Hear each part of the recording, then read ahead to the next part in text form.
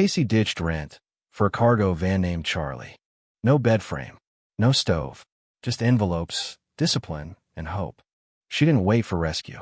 She became her own plan B. I traded comfort for freedom. Smart Saver Saturday. Living in a van to kill $25,000 in debt. Now playing on dollar by dollar.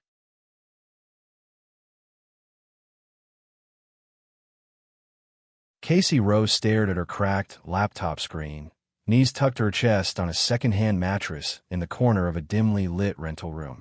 The cursor blinked against the Google search bar like it was daring her to type something more desperate than the last. She already had. How to consolidate credit card debt with bad credit. Credit score under 600. What now? Can I sell plasma twice a week? But now, the question that felt more like a confession than a search hovered over her fingers. She exhaled slowly. Typed. How to live in a van full-time. It sounded ridiculous in her head, like a punchline to a joke she wasn't in on. But the debt collectors weren't joking. The rent hikes weren't slowing down. And her $43,000 graphic design degree wasn't paying the bills. She hit enter. That single search would change everything. The room was quiet except for the faint hum of a mini fridge that doubled as her nightstand. Clothes were folded in milk crates. Her entire life fit within the footprint of a twin-sized bed, a wobbly IKEA desk, and the backpack she hadn't unpacked from last week's house-sitting gig. She shared the kitchen with two roommates she barely spoke to, and a cat that kept peeing on her towel. She had exactly $312.47 in her checking account, and $25,437.22 in credit card debt. The numbers had become so constant they felt like tattoos, etched in her thoughts, lingering behind every impulse to order takeout or even buy shampoo. She'd begun to rinse out conditioner bottles, stretching everything until it felt like rubber. Her budgeting app had turned red, so often it looked like a crime scene. Casey leaned forward, scrolling through images, smiling couples holding coffee mugs in vans parked by beaches, solo travelers with sun-dappled eyes, journaling in the backs of Sprinter conversions. Hashtags like #vanlife and #debt-free journey floated through the captions like little promises wrapped in wanderlust. But she didn't want to chase sunsets. She wanted to stop crying every time her phone buzzed. She clicked on a YouTube video titled, How I Paid Off $40,000 by Living in My Van for 2 years. A woman, maybe 35, with a buzz cut and quiet confidence, talked about how she'd strip her life down to its bare bones.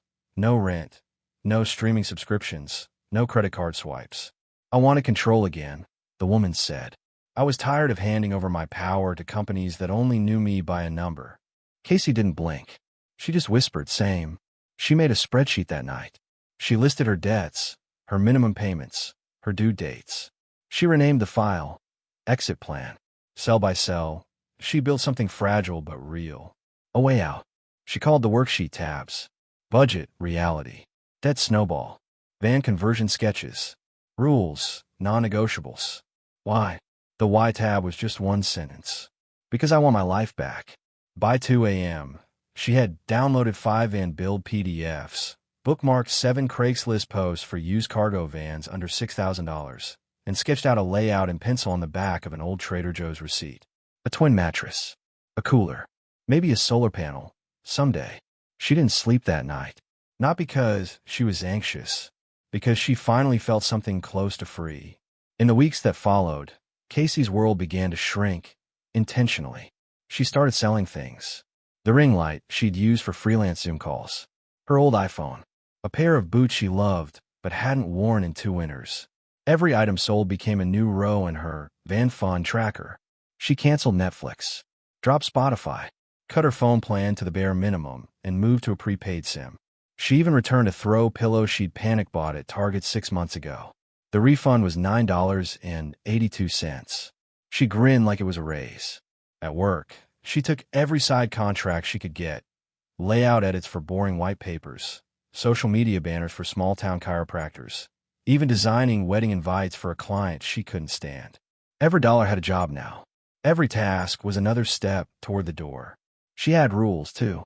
No new clothes. No coffee shops. No purchases unless they made life inside of it easier, safer, or possible. It wasn't glamorous, but neither was dead. The day she found the van was unceremonious. It was a 2006 Ford E150, white, with 172,000 miles and a cracked passenger mirror. A guy named Daryl in East Oakland was selling it for $3,500. He was polite, honest, and didn't flinch when Casey asked if she could sit inside for 5 minutes with the doors closed. She sat in the van and closed her eyes. She imagined waking up with the sun through the windshield. Imagined organizing her life into bins and hooks and crates.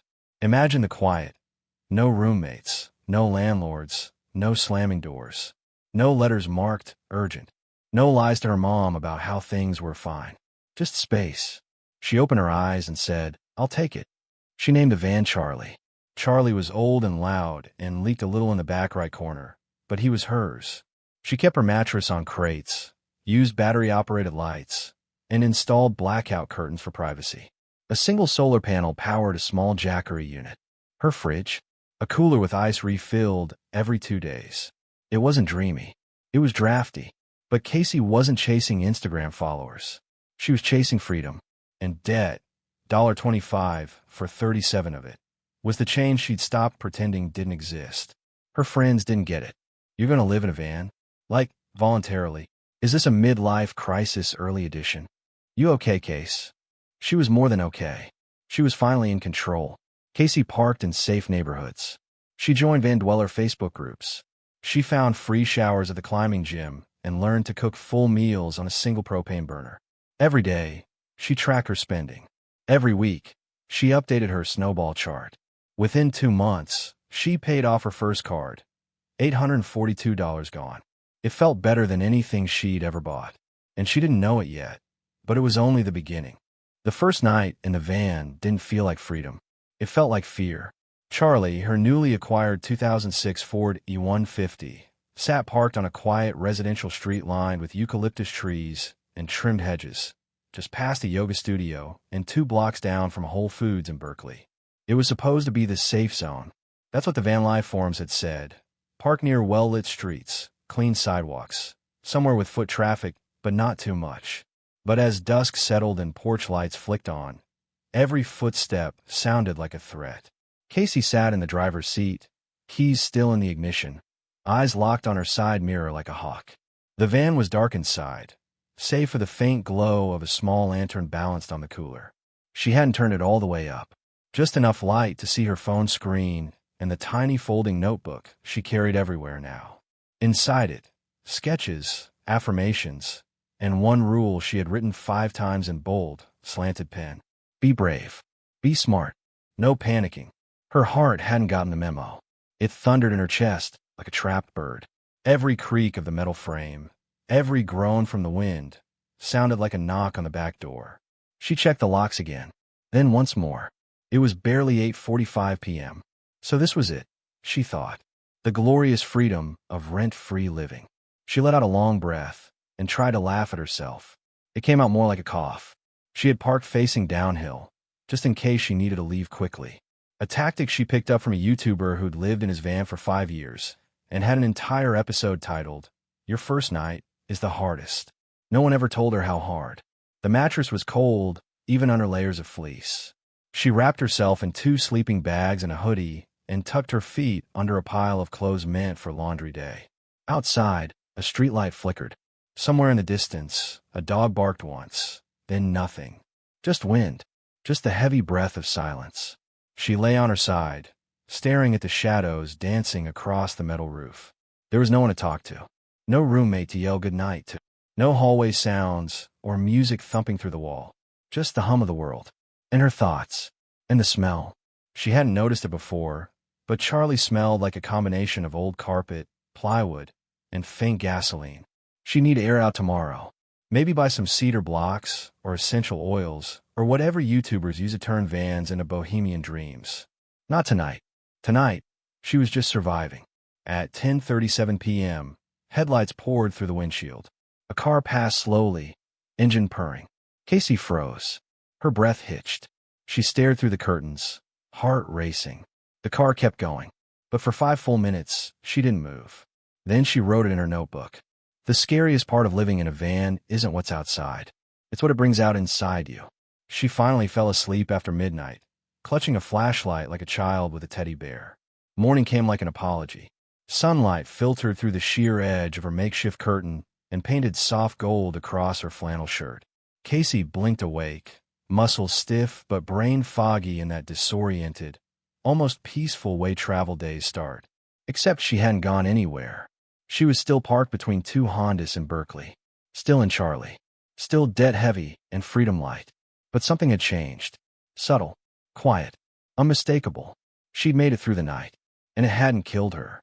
She pulled herself upright and slid open the side door with slow intention. The cold air hit her cheeks like a splash of truth. But it was quiet. Peaceful. A couple jogged past with a golden retriever. A delivery truck hissed to a stop half a block away. The world was still turning. No one had screamed at her. No police had knocked. No vandals had shattered her windows. She was still here. Still standing. She pulled her beanie tighter over her hair and climbed out into the sidewalk world. Her world now. Casey brushed her teeth in the Planet Fitness locker room that morning, standing next to a woman in a neon tank top who looked like she actually came to work out. Casey offered a smile. The woman smiled back. No questions. No stares. No one knew she'd slept in a van last night. That thought stayed with her the entire day. She wasn't that girl living in a van. She was just Casey. Flannel. Backpack. Laptop in hand. No one could tell. And that anonymity was her secret weapon. She parked in a new spot that night. A wide, tree-lined avenue near the university. Students walked home in groups, laughing, distracted. A good sign. Casey boiled water in her tiny propane stove, careful not to let the steam fog up the windows. She cooked pasta and added canned lentils. Cheap protein, she told herself. Her whole dinner cost $1.63, and it tasted like control. She washed her dishes with bottled water and biodegradable soap, then carefully packed everything away. Every inch mattered. Every item had to justify its existence. There was no room for just in case. Minimalism wasn't a style anymore. It was survival. And oddly, it felt good. That night, she pulled out her budget journal. She had paid off one credit card last week. Card number 3, $842. Minimum payment on card number 2 was due in 10 days.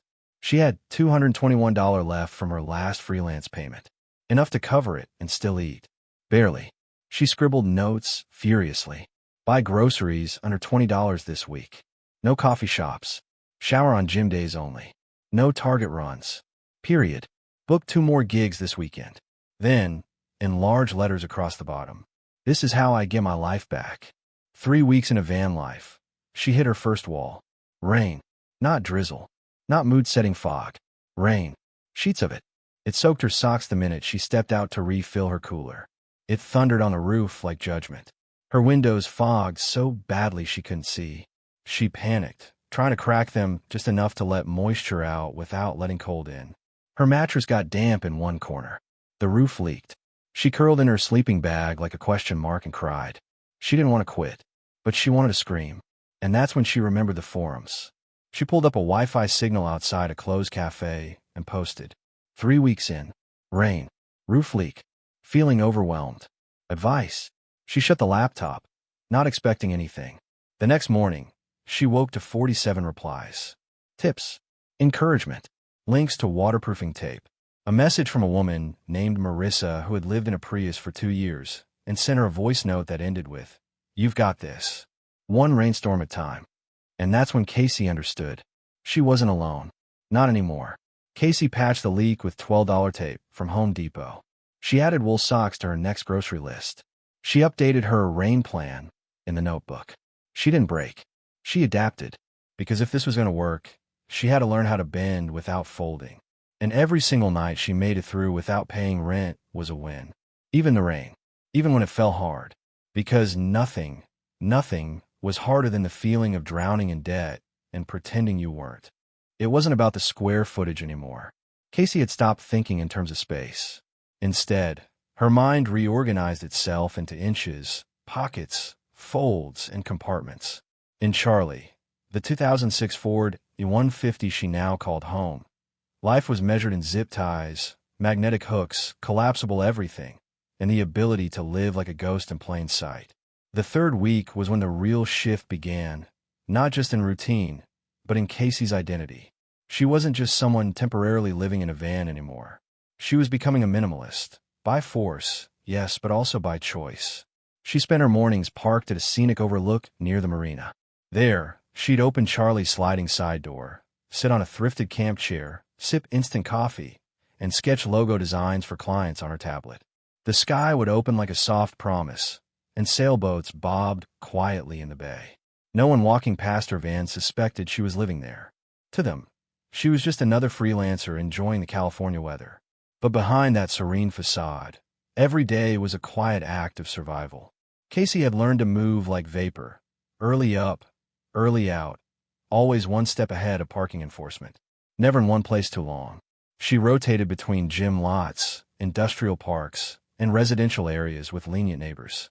She learned which cafes didn't notice if you sat all day with one cup of tea, and which security guards didn't patrol until after 10 p.m. Van life wasn't some Instagram reel with fairy lights and sunsets. It was controlled invisibility, and it required discipline. One morning, she opened her food bin to discover that the loaf of bread she'd bought 2 days ago was covered in mold. The cooler had leaked, and the dampness had ruined everything on the bottom shelf: lettuce, yogurt, tortillas, even the precious bag of shredded cheese she'd stretched across 3 meals. She stood in the parking lot behind a library, holding the garbage bag with both hands, fuming. "Are you kidding me?" She dumped the spoiled food, tied the bag, and threw it into a city trash bin nearby. Loss: $13.47. She recorded it in her spending tracker under food waste, preventable. She underlined it, then circled it. Mistakes were expensive now. There was no room for error. Every item had to earn its keep. Casey began watching van build videos not for inspiration, but for optimization. How do people store food? What do they insulate with? Could you live without a fridge? Should she switch to canned meals only? How much energy did a fan really use? She joined Facebook groups for nomads, subreddits on stealth camping, Discord servers for #debt-free van life. She soaked in like a language she was relearning, and fast. One night, she drew a full redesigned sketch of Charlie's interior, complete with labeled zones. Food bin, always dry. Tools plus repairs. Books plus charging gear. Emergency cash, hidden. Memory box, limited to 1 shoebox. Yes, even nostalgia had a size limit now. That same week, she dropped off 2 final boxes of belongings at a friend's place. Things she couldn't part with yet, but couldn't store in the van either. A stack of childhood journals, her camera, a handmade quill from her grandmother. As she walked away from the storage closet, something unexpected rose in her chest. Not sadness, not loss, relief. It felt good to walk away lighter. Casey kept a ritual she called the 10-second test. Every week, she'd pick up an item in the van and ask herself, if I had 10 seconds to evacuate, would I grab this? If the answer was no, it went. Sometimes she mourned the loss. Her favorite mug, too bulky. A paperback novel she never finished. A fleece jacket that didn't dry quickly enough when it rained. But with each goodbye, something grew in its place. Clarity. She wasn't just downsizing her possessions. She was decluttering her fear. One night in early spring, she met someone else living in their vehicle. It was late. She had just pulled into a 24-hour grocery lot. The store was closed, but the lot stayed lit and busy, perfect for an overnight stay. She had parked next to a nondescript white van with blackout curtains and a small solar panel visible through the windshield. As she made tea in her jet boil stove, she heard a knock on the side door. Her heart jumped, but it was soft, almost polite. She cracked the door open. A young woman, maybe mid-30s, stood outside in a puffy coat, smiling. "Hey," she said. "Didn't mean to scare you. Just noticed your setup. Thought I'd say hi." They introduced themselves. Her name was Stephanie, former paralegal, divorcee, had been living in her van for 8 months now. "I started for the rent," she said, but stayed for the clarity. They ended up sitting on folding chairs, drinking herbal tea and swapping tips. Casey asked, "Do you ever feel like you've given up too much?" Stephanie tilted her head thoughtfully. "No," she said. "I think I just finally stopped giving away pieces of myself for things I didn't need." That stuck with Casey, like a bell that rang quietly for hours. That night, Casey added a new entry to her rules notebook. More meaning, fewer things. And beneath it, minimalism is not subtraction. It's focus. One of the hardest parts was explaining her lifestyle to family. Casey hadn't told her parents the full story yet. They knew she was traveling and trying out mobile life, but they didn't know the depth of her debt, or that her emergency fund was a stash of $60 hidden in an Altoids tin labeled Tums. During their weekly FaceTime call, her mom asked, "So, are you going to settle somewhere eventually?" Casey hesitated, smiled gently. "I'm working on settling internally first." Her mom didn't quite get it, but she didn't push. And that was enough for now. It was on a quiet Thursday that Casey made her first big breakthrough. She just finished a 2-week freelance project for a startup's branding refresh. Payment, $850. The largest check she'd received since moving into Charlie. After taxes and set-asides, she had $680 left. She opened her debt snowball spreadsheet and stared at the second highest interest card, $1,261 remaining. With shaking hands, she transferred $600. And just like that, another chunk on. She stood in the van, arms shaking, heart racing like she'd just run a marathon. And then she smiled. It wasn't just about getting out of debt. It was about reclaiming her time, her power, her future. Living small didn't mean living less. It meant every meal was mindful. Every mile had a purpose. Every purchase asked to be justified. Every possession had to prove its worth. And somehow, that made her life feel more full than it ever had in a one-bedroom apartment with closets full of things she never used. Casey had never liked numbers. Not really. Math was never her strong suit in school, and budgeting felt more like punishment than planning. Her approach to money had always been reactive: spend, regret, repeat. Swipe the card and figure out later. As long as she could cover minimums, she felt like she was managing, until the numbers swallowed her whole. Until she found herself sitting in the front seat of a van named Charlie, surrounded by the echoes of overdraft notices and the phantom weight of every unreturned Amazon box. And now, numbers were her weapon, her shield, her way out. It started with receipts, stacks of them, wadded in the glove box, crumpled in her backpack, smushed between the pages of her notebooks. Casey gathered them all, every last one. Grocery runs, coffee shops before she quit, late-night impulse snacks, gas, laundry quarters, all of it. She sat in the back of the van one overcast morning, blanket wrapped around her shoulders, and spread the receipts across her bed like tarot cards. They told a story, not of extravagance, but of leaks. $1 here, $4.29 there, $11.87 for miscellaneous at Walgreens. It added up like rust, slow, silent, corrosive. She grabbed a highlighter and began marking them. Red wants, blue needs, yellow, regret. The yellow pile was the tallest. Casey didn't hate herself for it. Not anymore. She looked at each yellow receipt like a teacher marking up a paper. There were lessons here. She just hadn't known how to read them before. She wrote the categories out on a page. Emotional spending, convenience spending, social pressure spending, boredom spending. Then, in the margin, a question. What was I trying to feel when I bought this? Because the truth was, most of her debt had nothing to do with stupidity. It had everything to do with silence, loneliness, pressure, self-doubt, a $7 body scrub to feel like she had her life together, a $3.99 notebook she didn't need because the one she had was messy, a $13 meal delivery to avoid cooking in a kitchen she shared with 2 strangers. Every swipe had a reason, and most of those reasons had nothing to do with hunger or need. She began budgeting in a way she never had before, not just with categories, but with honesty. Her notebook became sacred.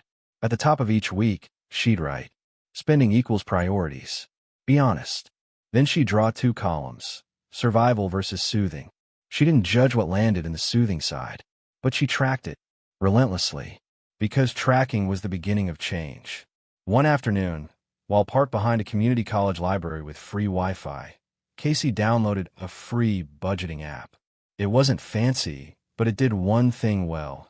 It made her categorize every dollar, not just after she spent it. Before, zero-based budgeting. She'd read about it, even bookmarked a few Reddit threads about in-app philosophy and envelope systems. But now, she was living it. Every dollar had a job. Every job had a goal. The goals were simple. Pay minimums on all cards. Throw every extra penny at the highest interest card. Save $1,000 as an emergency fund. Repeat until free. She called it the no-rent snowball. Because every night she didn't pay rent was money back in her pocket. But only if she controlled it.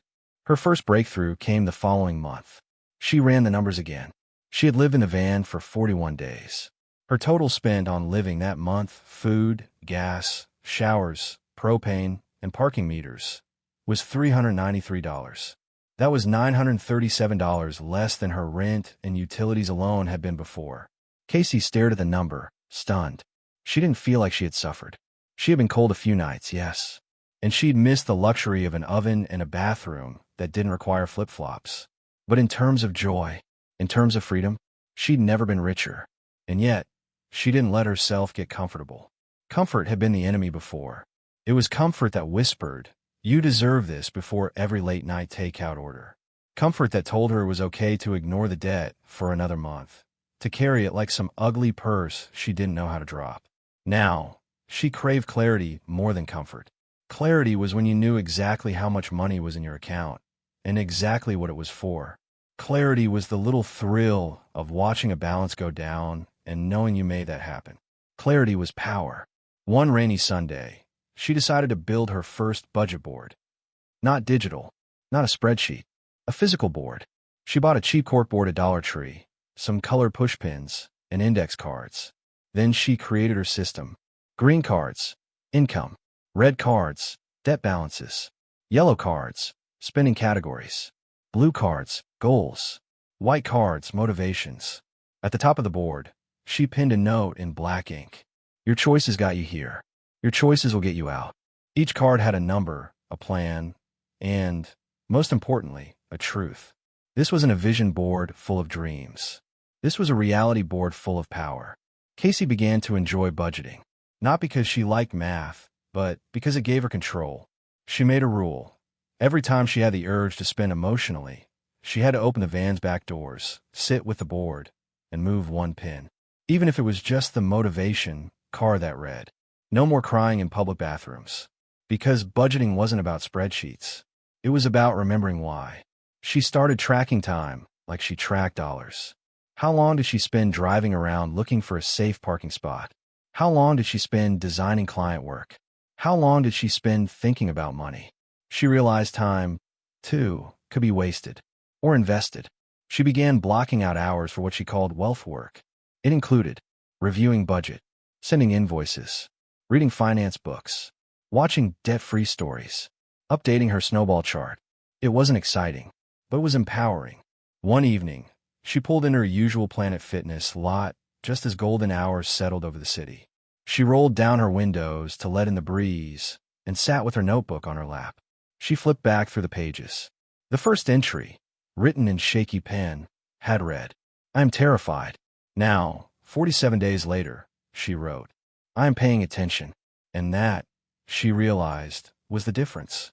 Not between rich and poor, not between debt and freedom, but between drifting and driving. She was finally in the driver's seat. And she wasn't just steering Charlie. She was steering her life. The sound of the gas pump clicking shut had never felt so symbolic. $42.76. That's how much it cost to fill Charlie's tank that morning. Casey stood there in the crisp spring air, hands still gripping the nozzle like it was an extension of her arm. The receipt printed slowly, fluttering slightly in the breeze. She took it, folded it once, then once more, and slipped it in her back pocket. That one receipt, just like the others, would end up categorized, labeled, highlighted, and dissected.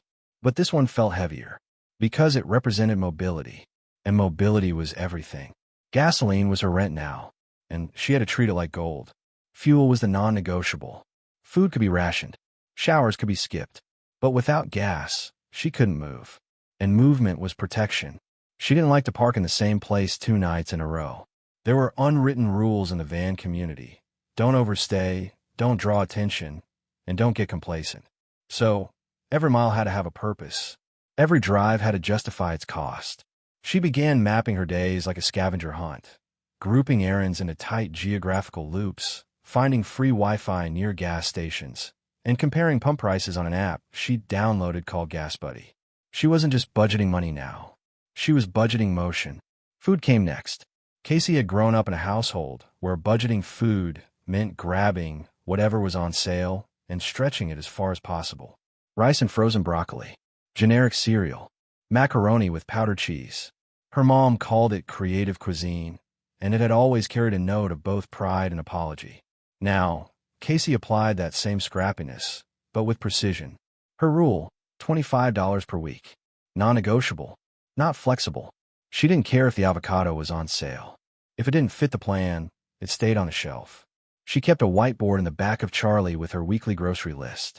Oats, bananas, lentils, rice, eggs if on sale, carrots, onions, peanut butter, canned beans, pasta, cheap, filling, shelf-stable, multi-use. It wasn't sexy, but worked. She called it poverty cuisine with purpose. The first time she walked in a Trader Joe's with a calculator in hand, she felt ridiculous. As she moved through the aisles, tallying prices and weighing choices, she felt the gaze of others, imaginary or real, lingering. She imagined them thinking, why is she putting back the almonds? They're only $5.99. But $5.99 was a fifth of her weekly food budget. So the almonds stayed behind. She finished the trip at $24.62. That 38 cents felt like a parade. Cooking in the van was a ritual of constraints. She had one burner, one pan, a plastic cutting board, and one knife. Every meal had to be fast, one pot, and leave minimal waste. She washed her dishes in a collapsible bucket with water poured from a jug, and she always dried them immediately. Mold was the enemy. Her meals became creative. Lentil tacos with hot sauce packets she hoarded like treasure. Oatmeal with peanut butter and banana. Stir-fried rice with eggs and carrots. Canned chickpeas mashed into garlic and salt sandwiches. She didn't need Pinterest recipes anymore. She needed fuel. Food was no longer entertainment. It was survival and self-respect. But there were days when it felt unfair. One afternoon, she sat in the Planet Fitness parking lot eating a cold peanut butter sandwich. It was a Wednesday, and she just finished a 7-hour design contract for a nutrition startup that promised to revolutionize meal kits. Her job? Make their $1.79 cleanse look irresistible. And here she was, eating peanut butter with her fingers in the front seat of a van she sometimes slept in with pepper spray under her pillow. The hypocrisy stung. She almost tossed the sandwich, almost said screw it, and walked across the lot to a Thai place she used to love. But instead, she pulled out her notebook and wrote, "The food tastes better when you earned it, not when you borrowed it." She leaned into her constraints like an artist limited to charcoal and newsprint. She challenged herself. Could she make 10 meals with only $20? Could she go 2 weeks without eating out once? Could she meal prep on a single burner and store everything in her cooler without spoilage? It became a game, a discipline, a way to take something humiliating and turn it into art. She even started documenting her meals, just for herself. Photos of every dinner, notes on what worked, adjustments. She titled the folder The Survival Cookbook. Someday, maybe it would help someone else. But for now, it helped her remember one truth. You don't need much to live well. You just need intention. Laundry was another battlefield. She used quarters from a zippered pouch marked Clean Clothes Fund, $3.50 per wash, $1.75 to dry. She learned to maximize every load. No separating lights and darks anymore. If it didn't bleed, it was going in. Socks, underwear, and flannel shirts shared the same spin cycle. And she learned to plan her week around it. She'd do laundry on Tuesdays, when the machines were usually free and the staff didn't mind her charging her phone while she folded shirts. One day, a woman with 3 kids asked Casey, "Where's your home?" Casey paused, thought, smiled. Right now, it's in the parking lot. And for the first time, saying it didn't feel like failure. It felt like truth. Even with all the planning, things still went wrong. Her cooler failed one weekend while she was camped outside a friend's art show. The ice melted early, soaking a bag of oats and a carton of eggs. Total loss, $9.81. That was nearly 40% of her weekly budget gone in one mistake. She cried, not out of hunger, but out of frustration. There was no margin for error. But the next morning, She rose early, skipped breakfast, and went to the food bank 2 neighborhoods over. She stood in line for 45 minutes behind a mother with a toddler in her arms and a man humming to himself with earbuds in. She took what they gave her without shame. Canned soup, apples, pasta. And she said thank you. Twice. Because pride couldn't feed her. But humility might save her. Every day, Casey's relationship with money changed. She no longer feared her bank balance. She understood it. She tracked everything down to the dime. She color-coded her budgeting app. She checked her credit card balances like a scientist watching data points shift. She celebrated every downward move like a birthday. And she started to see it happening. The balances were shrinking. Slowly, painfully, but undeniably. On day 74 of van life, she made the biggest payment yet. $1,102. She had taken on a grueling branding package for a corporate firm she hated working with. 12 revisions. Constant nitpicking. A client who never said thank you. But she got the check, and she dropped it on the debt like a hammer. The card's balance dropped to $547. She stared at the screen, then ran her hand down her face, laughing and crying at the same time. She didn't feel broke anymore. She felt powerful, because she knew where every dollar had gone. And every dollar was coming home to her now. Casey learned quickly that dignity was not in the paycheck. It was in the shower. A hot shower, timed and strategic, felt like a secret ritual of power. At a gym. In a locker room she barely felt like she belonged in. But it was hers, purchased not with a lease or utility bill, but a $19.99 Planet Fitness membership. And for Casey, that little black key tag was the difference between survival and collapse. She carried a duffel bag labeled hygiene in thick black Sharpie. Inside, 2 towels, shampoo, body wash, flip-flops, deodorant, dry shampoo, a worn loofah, a bag of Q-tips, and a waterproof pouch for her phone and ID. Everything had a place. Everything had a backup. Because if there was one thing van life taught her, it was this: losing your routine meant losing your mind. She showered every other day, timed during low-traffic hours, usually late morning after the commuter crowd, but before lunch. She knew which gym locations had cleaner stalls, which had hooks that didn't break, which front desk workers didn't ask questions. She moved like a ghost, always smiling, always blending in. But every shower felt like a line drawn between the woman she used to be and the one clawing her way back. It was during one of these late morning showers that Casey saw herself in the mirror and paused. Not in the usual glance over, not in the passive routine of someone who's rushed or numb, but truly looked. She was thinner, not in a polished way, but in a living on oats and walking 10K steps a day kind of way. Her cheeks had lost their softness. Her collarbones stood out. There were shadows under her eyes, but also a sharpness, a focus, a stillness she hadn't seen in years. She tilted her head. Not pretty, not ugly, just raw, honest. She pulled out her phone and snapped a photo, not for Instagram, not for a transformation post, just for herself, a timestamp in the storm. Later that afternoon, she sat in Charlie and wrote, "I'm becoming someone I never knew I could be. Not more beautiful, not more liked, just more real. The mask is gone, and under it, there is clarity." But clarity didn't always feel clean.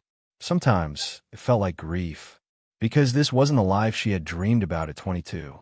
Back then, she'd imagined sleek apartments, a steady job in a design firm, a daily coffee order, brunch with friends, and someday, maybe a condo with plants that stayed alive. She hadn't pictured brushing her teeth in a parking lot. She hadn't pictured hiding from rainstorms in a van. She hadn't pictured budgeting toilet paper. But then again, she hadn't pictured being this strong either. There was an emotional weight to public hygiene, one she hadn't anticipated. The glances from strangers when she carried her duffel into the locker room with too much quiet. The self-conscious shuffle and flip-flops. The ache of needing to shave, but deciding that razors weren't in the budget this week. She sometimes felt like she was performing normalcy, but more often than not, she felt like she was building it. One shower at a time. She kept a spreadsheet for hygiene now, not out of obsession, but intention. $4.25 per week on toiletries. $2.98 every 2 weeks for a new bar of soap. $1.10 per load for towels at the laundromat. Each line item bought more than cleanliness. It bought self-worth. It bought composure. It bought the ability to hold her head high when she walked into a client's office, knowing she didn't look like she lived in a van. Not because she was hiding it, but because she was mastering it. She called it the mirror test. Before she left Charlie for any errand, any meeting, any grocery run, she'd open the sun visor mirror, look herself dead in the eye, and ask, would you hire this woman? Would you trust this woman? Would you be this woman? And if the answer was yes, she left. If not, she adjusted. Maybe a tighter ponytail, a splash of dry shampoo, a cleaner hoodie, a quick swipe of lip balm. Not vanity, visibility. Because van life wasn't just about surviving in secret. It was about walking through the world without apology. But some days the mask slipped.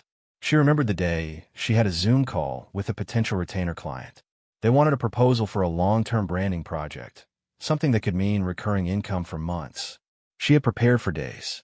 Mock-ups, pitch slides, even a sample logo she designed for free. She parked behind a Starbucks to use the Wi-Fi, set up her laptop on a crate, balanced it with a ring light, and hung a gray blanket behind her as a makeshift backdrop. 10 minutes before the call, a parking patrolman tapped on her window. Move along, he said.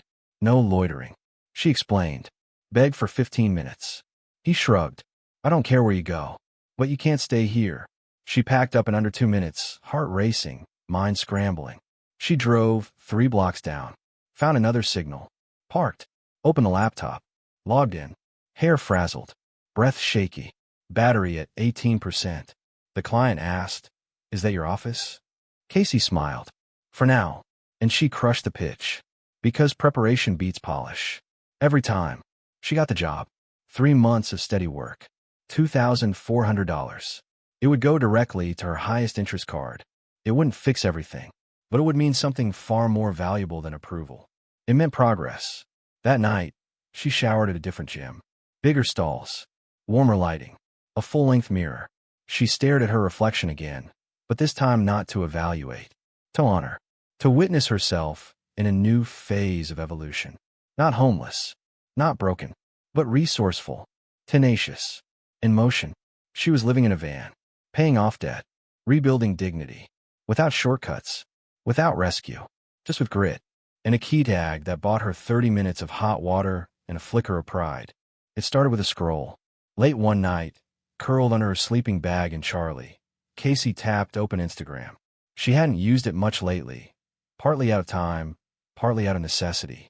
Her data plan was restricted, and Wi-Fi wasn't always reliable.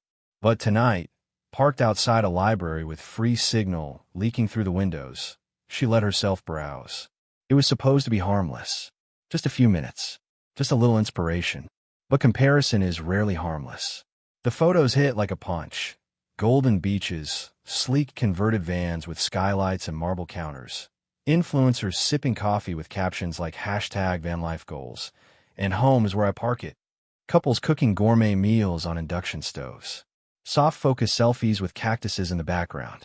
A woman named Renee bathing in a waterfall, smiling like debt, was a word she'd never learned. Casey scrolled and scrolled, her thumb moving automatically, her chest growing tighter. Her own van, Charlie, was drafty, had no running water, and smelled vaguely like old plywood. Her dinners were lentils, not linguine with basil. Her solar panel barely powered her Jackery unit, and her shower came from a gym keychain, not a mountain spring. Her fingers froze over a photo of a white van decorated with string lights and ivy, captioned, "Quit my job to chase sunsets." Haven't looked back. Casey stared at it for a long time, then shut the app, and let the dark fall over her like a second blanket. Comparison, she realized, was the thief not just of joy, but of momentum. It slowed her down, made her question her methods, her worth, her entire strategy. Was she not doing it right? Was van life supposed to be about aesthetic minimalism? About freedom and fun and flannel sheets with artisanal coffee beans? Was she doing it wrong because her van wasn't pretty? Because her goal wasn't wanderlust? Because her dashboard was cluttered with receipts, not eucalyptus oil? That night, she wrote in her notebook, Instagram sells the lifestyle, but my van isn't a lifestyle. It's a life raft. The next morning, She deleted the app from her phone. Not permanently, just until she could separate inspiration from insecurity. She couldn't afford envy. Not now. Not when she was finally clawing her way out of a hole she'd fallen into piece, by credit card, by takeout order, by late-night impulse buys to feel something again. She didn't need curated content. She needed clarity. Instead of scrolling, she started walking, miles at a time. Every morning, before she checked emails, before she worked on client projects, before she ran errands, she walked. It cost nothing, and it gave her everything. The rhythm, the quiet, the time to hear herself. She wandered through neighborhoods with gardens blooming in spring, through business parks still asleep, along the trails near the marina where birds greeted the dawn louder than commuters. She called them her noise cancelers, because the noise in her head was loud, and the world's noise was louder. But in those walks it softened. One morning, she walked past a small house with a faded turquoise door. The lawn was overgrown, the windows fogged with dust. But on the porch sat a little girl, maybe 7 years old, feeding crackers to a cat. The girl looked up and smiled. "Nice day," she said. Casey smiled back. "It really is." That smile stayed with her the whole walk. A quiet reminder that life, real life, wasn't in filtered squares. It was in the unscripted moments. She started journaling more.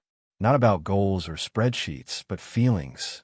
She wrote about the loneliness that came in waves, about the strange comfort of watching people rush through lives she used to crave, about the odd pride she felt pulling into a parking spot knowing her home was with her, not something she left behind, about the guilt that still surfaced when she admitted she couldn't afford dinner with friends.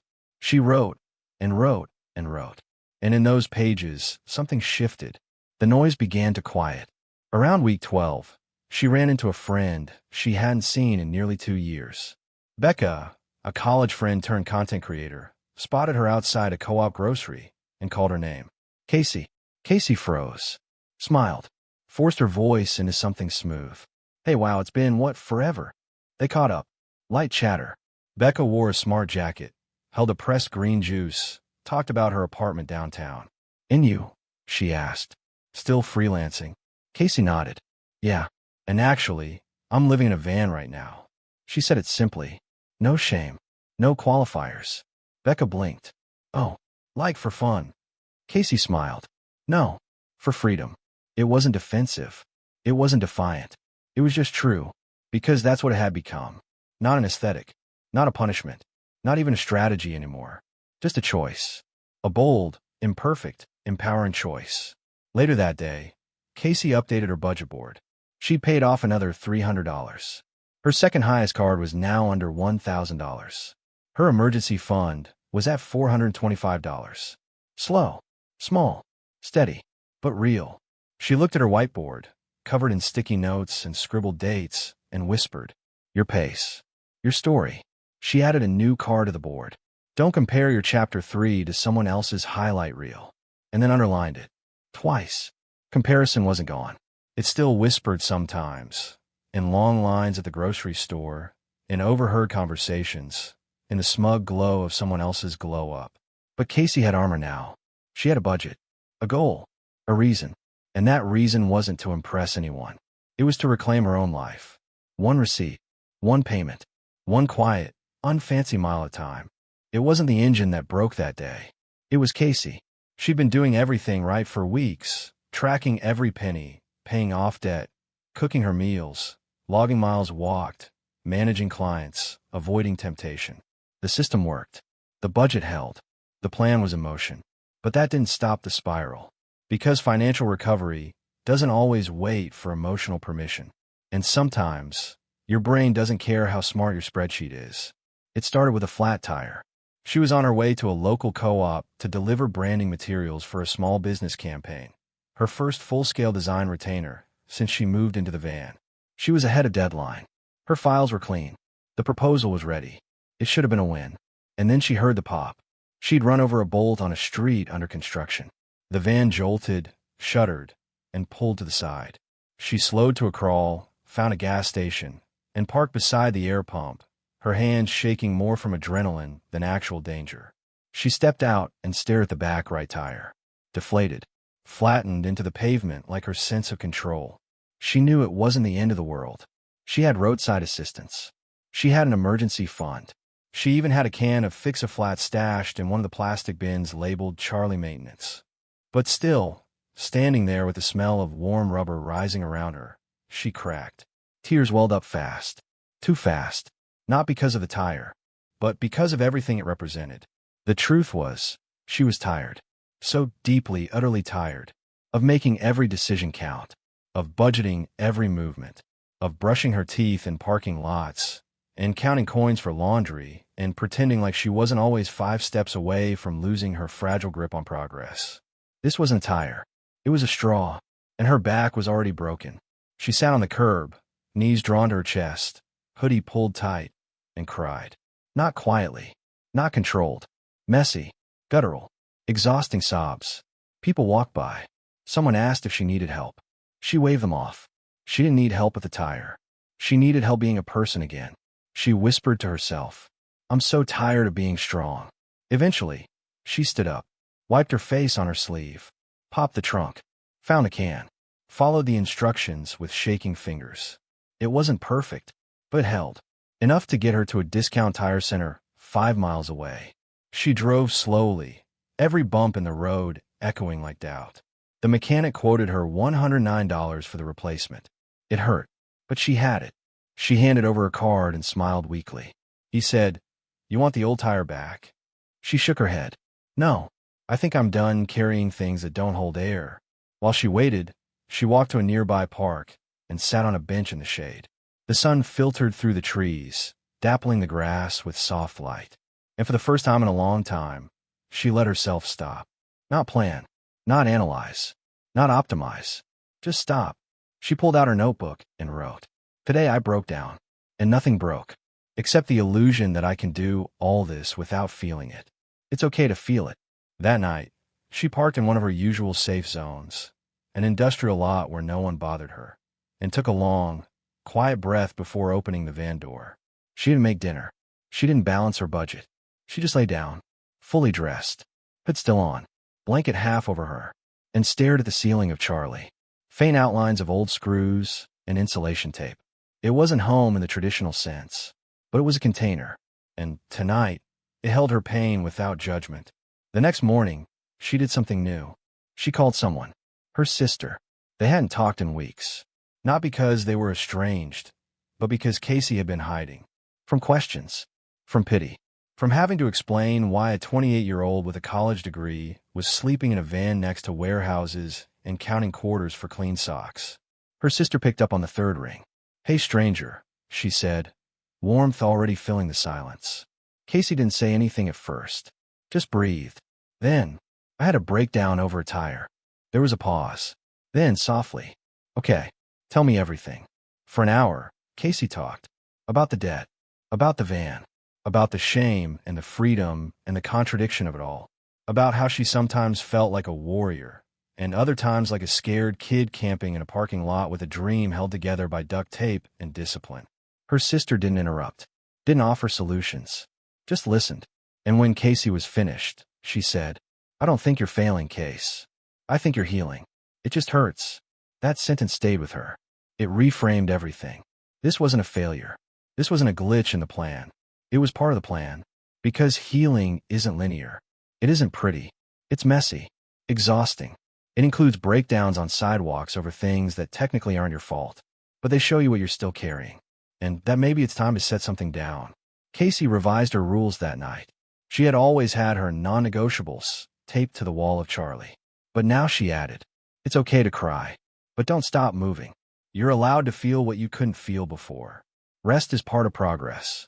She also built a soft emergency kit, not for tires, not for cold weather, but for her. Inside an old shoebox, she packed a letter from her mom, a printout of her debt tracker with the lines going down, one fancy chocolate bar, a tiny lavender oil roller, a photo of her from 2 years ago, before all this began, a new notebook, untouched, and on top, a note she wrote to herself. "Open this when you feel like quitting. You've come too far to go back now." And that's the thing about healing in motion. It doesn't always look like growth. Sometimes it looks like stillness. A breakdown in front of a gas station, a missed meal, a call to someone who loves you anyway. And that's still part of the story. The best part of the story. Because it's where strength gets real. In a world obsessed with high-speed internet, WeWork pods, and espresso-fueled co-working culture, Casey built her empire from a public library. No conference rooms. No sliding glass doors or trendy neon signs. Just a quiet corner in the adult nonfiction section, one power outlet, and Wi-Fi strong enough to upload a 40 megabytes design file, if you were patient. She called her headquarters. There, in a hard plastic chair beside a dusty shelf labeled Career Development, Casey ran her freelance business like it was a Fortune 500 company. Because when you have nothing, you treat everything like it matters. It started as an accident. Her hotspot had run out one morning. She was parked behind a rec center, trying to send a client their final deliverables. The file wouldn't load. Her patience snapped. She slammed the laptop closed and muttered, "Where can I even work anymore?" And then, in the rearview mirror, she saw it. The public library. Brick walls. Green awning. A parking lot half full with retirees and moms wrangling toddlers. It looked like peace. And free electricity. She walked in, breath shallow, backpack tied against her shoulders like she might be stopped and carded for not looking like she belonged. No one even blinked. She found the outlet, plugged in, opened her laptop, and, just like that, she had an office. It wasn't glamorous. Her chair squeaked every time she shifted. The table was shared with a man who read old newspapers and muttered the headlines aloud. A teenager played TikToks on low volume across the aisle. Every so often, a librarian would roll past with a creaky card, reminding Casey of how temporary everything was. But it worked. She got the file out, sent the invoice, cleared her inbox, and when she finally leaned back in that hard plastic chair and exhaled, something strange washed over her. Pride, not for what she had, but for what she was making out of what she had. From that day on, the library became her ritual. Every morning, she wasn't with a client. She arrived when the doors opened.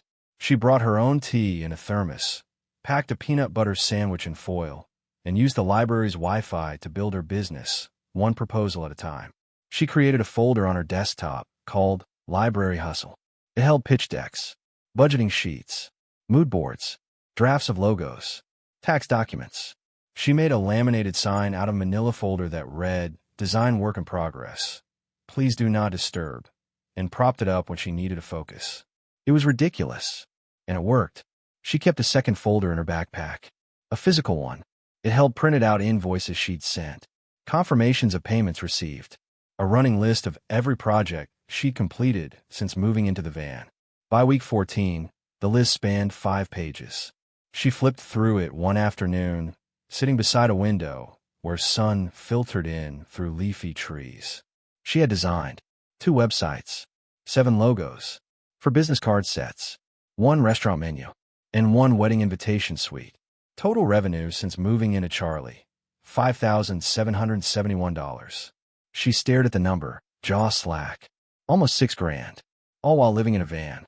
All while managing debt, emotions, weather, Wi-Fi, and a body that sometimes forgot what a full night of rest felt like. She whispered to herself, barely audible, "You're doing this. You really are." It wasn't just about the money. It was about mastery. Every new project forced her to adapt, to push through fear, to stay professional even when her office smelled like old library books and hand sanitizer. She had started offering client calls through a free service that worked over Wi-Fi. She wore the same 3 sweaters to every Zoom meeting, choosing the one that looked least wrinkled each day. She created a faux background, a clean white wall from a corner in the library's teen fiction room, and claimed she was just between co-working spaces. It wasn't a lie. She was always between something, and always moving forward. One Tuesday, she met Marcus. He sat down at the table across from hers, carrying a thick binder and a laptop covered in coding stickers. They nodded at each other, library etiquette in full swing. After an hour, he asked, "You freelance?" She paused, then nodded. "Design." He smiled. "Dev. I figured. You got the I'm fighting for my life through Google Drive look." They laughed. By the end of the week, they'd traded cards. By the next, they'd collaborated on a client project. He coded the back end. She designed the UI. A $600 gig, split down the middle. And something more. Proof that you could network in sneakers and flannel. Proof that connections weren't reserved for fancy job fairs and glass towers. Proof that even in a library with a busted chair, you could build something real. She didn't tell Marcus about the van at first, but one afternoon, after they'd wrapped a particularly intense project, he asked where she worked for most days. She hesitated, then answered honestly, "I live in a van, parked out back." He didn't blink. "Damn, that's metal." They both laughed. And just like that, the shame vanished, replaced by something Casey never expected to feel from another person again. Respect. She started to track her wins more formally after that. Not just the money, the progress. She created a victory log in her notebook. Paid $1,000 toward credit cards this month. Saved $200 emergency fund. Secured 3 new clients. Went 30 days without buying anything unnecessary. Didn't cry this week. That last one made her chuckle. But it mattered. Sometimes more than all the others. The library saw her rise. It witnessed her build a business, build confidence, and rebuild an identity that wasn't tied to a title, a paycheck, or a zip code. It became her fortress. A place where the only thing that mattered was effort. Not income. Not image. Just effort. One morning, a librarian named Cheryl handed her a cup of tea. "You're here every day," she said. "You're like our quiet little CEO." Casey smiled. She didn't correct her. She just said, "Thanks," and sipped her tea like it was champagne. The morning of her 29th birthday started like any other. No balloons, no confetti, no surprise brunch or cake with friends.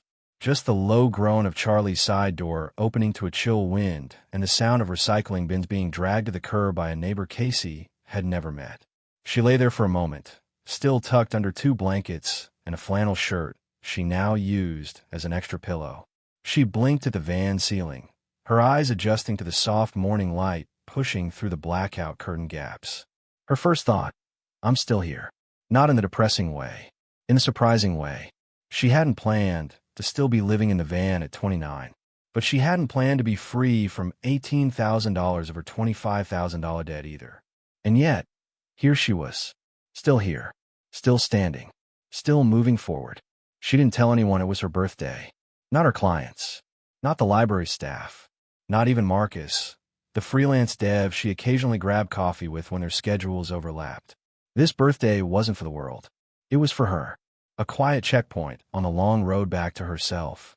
She made her usual breakfast, oats with peanut butter, a sliced banana, and cinnamon from a spice jar she refilled weekly from the bulk bin.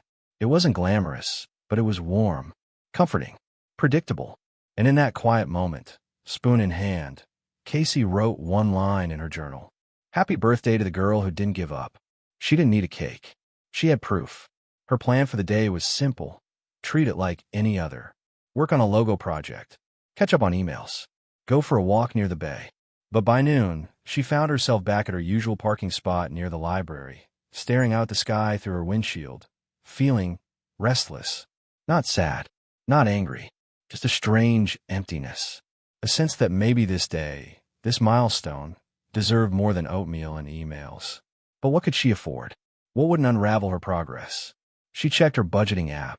$17.31 in the fun/discretionary envelope. She'd been saving it for a possible movie or a thrift find. But this was more than just another Saturday. She made a decision.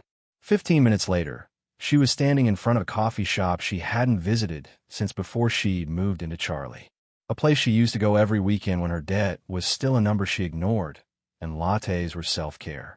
The scent of espresso and baked goods hit her like a memory. She almost turned around, but then she saw the sign on the door. "You made it. Have a cup."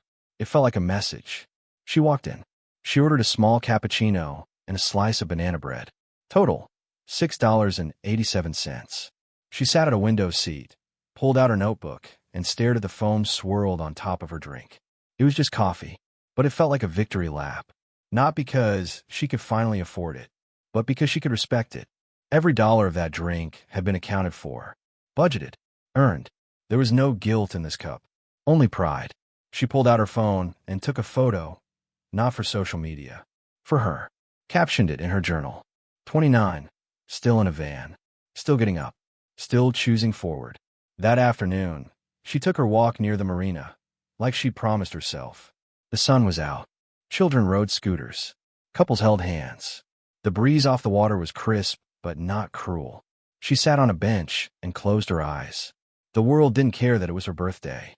And that, somehow, was perfect, because this wasn't about being celebrated by others. It was about finally learning to celebrate herself. Later that evening, when she returned to Charlie and parked behind the library, she opened her laptop and checked her account. A client payment had come through early, $480. She smiled. She opened her snowball sheet and dragged the balance on one of her cards down. $842, $362. Her birthday gift was momentum. She marked it on the whiteboard taped to Charlie's cabinet. April 14th, turned 29. Paid down more debt. She underlined it twice. Then she added another line. Birthday total, $6.87 of joy. 1 mile walked. 1 debt crushed. 1 day stronger. That night, she gave herself one more gift. She opened the sealed notebook from her soft emergency kit, the one she'd saved for a turning point. The pages were clean, crisp. She wrote on the first page, "This year is not about arrival. It's about endurance. I don't need a party to prove I'm worth celebrating. I am the guest of honor in my own story." She closed the notebook, pulled the sleeping bag up to her chin, and slept like someone who had finally stopped asking for permission. Rain has a way of humbling you, especially when you live in a van. It crept in through the seams Casey thought she had sealed. It pooled in the corners she'd labeled dry zones. It soaked into her socks, turned her blankets cold, and made Charlie feel more like a tin can than a safe haven. For 5 days, the Bay Area sky poured like it had a grudge. And for 5 days, Casey adapted. Barely. On day 1, she tried to laugh it off. "This is character building," she muttered, sipping lukewarm tea from a cracked thermos while wiping condensation off her windshield with an old t-shirt. By day 2, the joke wore off. The damp had crept into everything. Her sleeping bag, her backpack, even the carefully folded envelopes in her cash zone. Her paper grocery list bled ink, like a watercolor painting. The towels she dried yesterday were damp again. Her socks hadn't been fully dry since Tuesday. The worst part? The smell. Charlie, her trusty van, had taken on a musky, stubborn scent, a mix of wet wood, gym socks, and plastic containers that had seen better days. She sprayed diluted vinegar. It helped for half a day. Then the rain returned, and so did the scent. By day 3, the weather started messing with her schedule. She couldn't work in the library because the nearby parking was flooded. The Planet Fitness shower she relied on was closed for maintenance. And her solar-powered jackery, already limited, gave out completely by nightfall. Clouds had blocked sunlight for nearly 72 hours. No power. No laptop. No hot food. Just layers. Blankets. A damp hoodie. And quiet. Too much quiet. Casey had never considered herself fragile. But somewhere between the third pair of wet socks and the third can of cold beans, something inside her began to crack. She didn't cry. Not yet. Instead, she began to question. Not the decision to live in a van, that was still sound, but the system she had built around it. Her non-negotiables. Her van commandments. The rigid daily rules that had helped her survive for months now felt like weights dragging her under. She had made them for structure. Now they felt like a cage. She reached for her rule notebook, once her anchor, now swollen slightly from the damp. Flipping through the pages, she found a list titled, "Rules for Van Life KC. Absolute no exceptions. Never sleep 2 nights in the same spot. Spend less than $25 per week on groceries. Shower every other day. No purchases over $5 without budget approval. Always cook meals. No takeout ever. Track every cent daily. Work no less than 6 hours a day. Smile when it's hard. Never ask for help." That last one, she stared at it for a long time, then crossed it out. It wasn't rebellion. It was evolution. Because the rules that kept her alive during the first phase of survival weren't necessarily the ones that would carry her through healing. She wrote a new heading, "Rules, Rewritten, Permission Included," and began again. It's okay to break routine if it keeps you safe or sane. You can spend money to protect your mental health. Track what matters, not what controls you. Don't forget to ask, what do I need right now? You're allowed to rest. You're allowed to feel. You're allowed to be seen. By day 4, she finally let herself crack. Not from the cold, or the hunger, or the technical failure of her setup, but from isolation. She curled up in the far end of the van, wrapped in 2 sleeping bags, and let the tears fall silently. Not dramatic, just honest. The kind of cry that doesn't need a witness. And then, she made a call. Not to her sister this time, or to a friend, but to someone in the van life group she had joined months ago and never posted in. A woman named Marissa, who had once sent her a voice note about surviving the first winter in a Prius. Casey sent a DM. Hey, random, but I'm on day 4 of rain and feel like I'm unraveling. Do you have any tips for staying sane in this? Marissa responded within 5 minutes. Yup.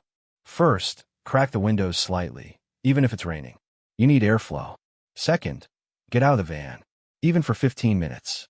And third, message me. You're not alone. That message didn't fix everything, but shifted the weight. Casey opened the side door of Charlie, pulled on a pair of boots that smelled faintly like vinegar, and stepped out into the drizzle. It was colder outside, wetter, but somehow less suffocating. She walked 3 blocks under an umbrella she hadn't used in months, found a covered bus stop, sat down, and just breathed. For the first time in days, the van wasn't pressing it on her. The air moved around her again. Later that evening, she splurged. She bought a hot soup from the deli near the corner market. $4.89. Tomato bisque. The smell hit her before she even unwrapped the lid. She sat in the driver's seat of Charlie, steam rising into the air, hands wrapped around the paper cup. She didn't track the purchase right away. She just tasted it. A slow, deliberate sip. Her first truly hot meal in 3 days. She closed her eyes and whispered, "This is grace." That night, wrapped in dry clothes, belly full, power pack finally charging under a weak sun, she added one more line to her new rulebook. It's okay to need comfort, especially when the world is soaked. Rain taught her something survival couldn't. Discipline without compassion becomes punishment. And she hadn't started this journey to punish herself. She'd started it to free herself. The van was a tool, a home, a symbol, but she was the strategy. She was the constant. She was the decision maker. And this new version of Casey, the one learning to ask for help, to rewrite the rules, to eat soup when her bones ached, and reach out before the spiral. This version, she was stronger than any system, because she knew when to bend, and still refused to break. So people take vacations. Casey took a dare. It wasn't from anyone else. There was no social media challenge, no viral trend. It started as a line scrawled in the margins of her budgeting notebook. Late one night, as rain tapped on Charlie's metal roof and her breath fogged the air inside. What if I only spent $100 this month? She didn't mean just groceries. She meant everything. Gas, food, laundry, toiletries, supplies, all of it. $100. 30 days. One test. It wasn't about punishment. It wasn't even about frugality anymore. It was about control. She wanted to know, after all this time, after months of tracking, scraping, building, healing, how disciplined had she become? Could she stretch every cent and still live? Could she do it without suffering? Could she, maybe, thrive? Day 1 began like a game. She pulled out her cash envelope system, labeled a new one, the 100, and slipped in 5 $20 bills. That was it. No card use. No dipping into the buffer. No late-night Venmo cheats. $100 in cash. That was her world. The first challenge came within 24 hours. She walked into a grocery store for eggs, carrots, and oats, and found herself lingering by the discount shelf. A bag of off-brand trail mix. Half price. $2.99. Good protein. A little salt. She reached for it automatically, then paused. Was in the plan? No. Did she need it? Also no. She stared at the bag for several seconds, then put it back. Not because she didn't want it, but because she wanted something else more. Freedom. And trail mix would have to wait. By day 5, she was a machine. She made a spreadsheet with exact portions. Oats in the morning. Rice and lentils for lunch. Carrots and hummus in the afternoon. Pasta or beans at night. She allowed herself 3 treats for the month. A single chocolate bar from Trader Joe's, $1.49. A banana not on sale, 29 cents. 1 cup of gas station coffee, $1.25. She rationed each like a gourmet. The banana? Eaten over 2 days. The chocolate? broken into 4 pieces and tucked in foil. The coffee savored like wine on a rainy Monday morning. Her fuel usage had to shift too. She parked for longer stretches, rode her folding bike more, planned her errands into tight circles, timing laundromat runs with shower days and client meetings. She spent only $23.88 on gas for the entire month, a personal record. That meant fewer drives, which meant fewer cafe temptations, fewer moments of impulse, more stillness. Stillness was the hardest part, because when you don't have money to spend, distractions disappear. There's no mall to wander, no menu to scan, no store aisle to browse. Your hours stretch wide and unpaved, and you meet yourself there, unfiltered, unbought, undistracted. That, more than anything, was the true test. One Saturday afternoon, she sat in the front seat of Charlie, hands idle. Normally she'd scroll, shop, snack, or sip. But now, with nothing to spend and nowhere to go, she had to be. So she opened her notebook and began writing a letter to her former self. The version of Casey who stood in a Target checkout line, holding candles and socks and a cart full of things she didn't need, lying to herself that it was just this once. To the Casey who opened credit card statements and shoved them into drawers, who ignored minimum payments until late fees arrived, who told friends she was fine while her account hovered at $12.11. She wrote, "You weren't weak. You were exhausted. You didn't want stuff. You wanted comfort. You wanted rest. You wanted to believe you were okay. And I forgive you. Because now we're fixing it. $1 at a time." The letter turned into 3 pages, then 5. By the end, she felt something surprising. Not anger, not regret, just compassion. She folded the letter and added it to her soft emergency kit. Because some days, numbers weren't enough. Some days, grace was the only currency that mattered. Midway through the month, she ran out of toothpaste. She stared at the nearly flat tube, pressing it like a medic giving CPR. It coughed out one last streak. She laughed, grabbed a safety pin, and rolled the tube from the end like a pastry bag. For more days of use. Minimum. But eventually, she needed a new one. $1.19. Generic brand. She planned for it. She wrote it into her tracker and rearranged the next 2 days' meals to create space.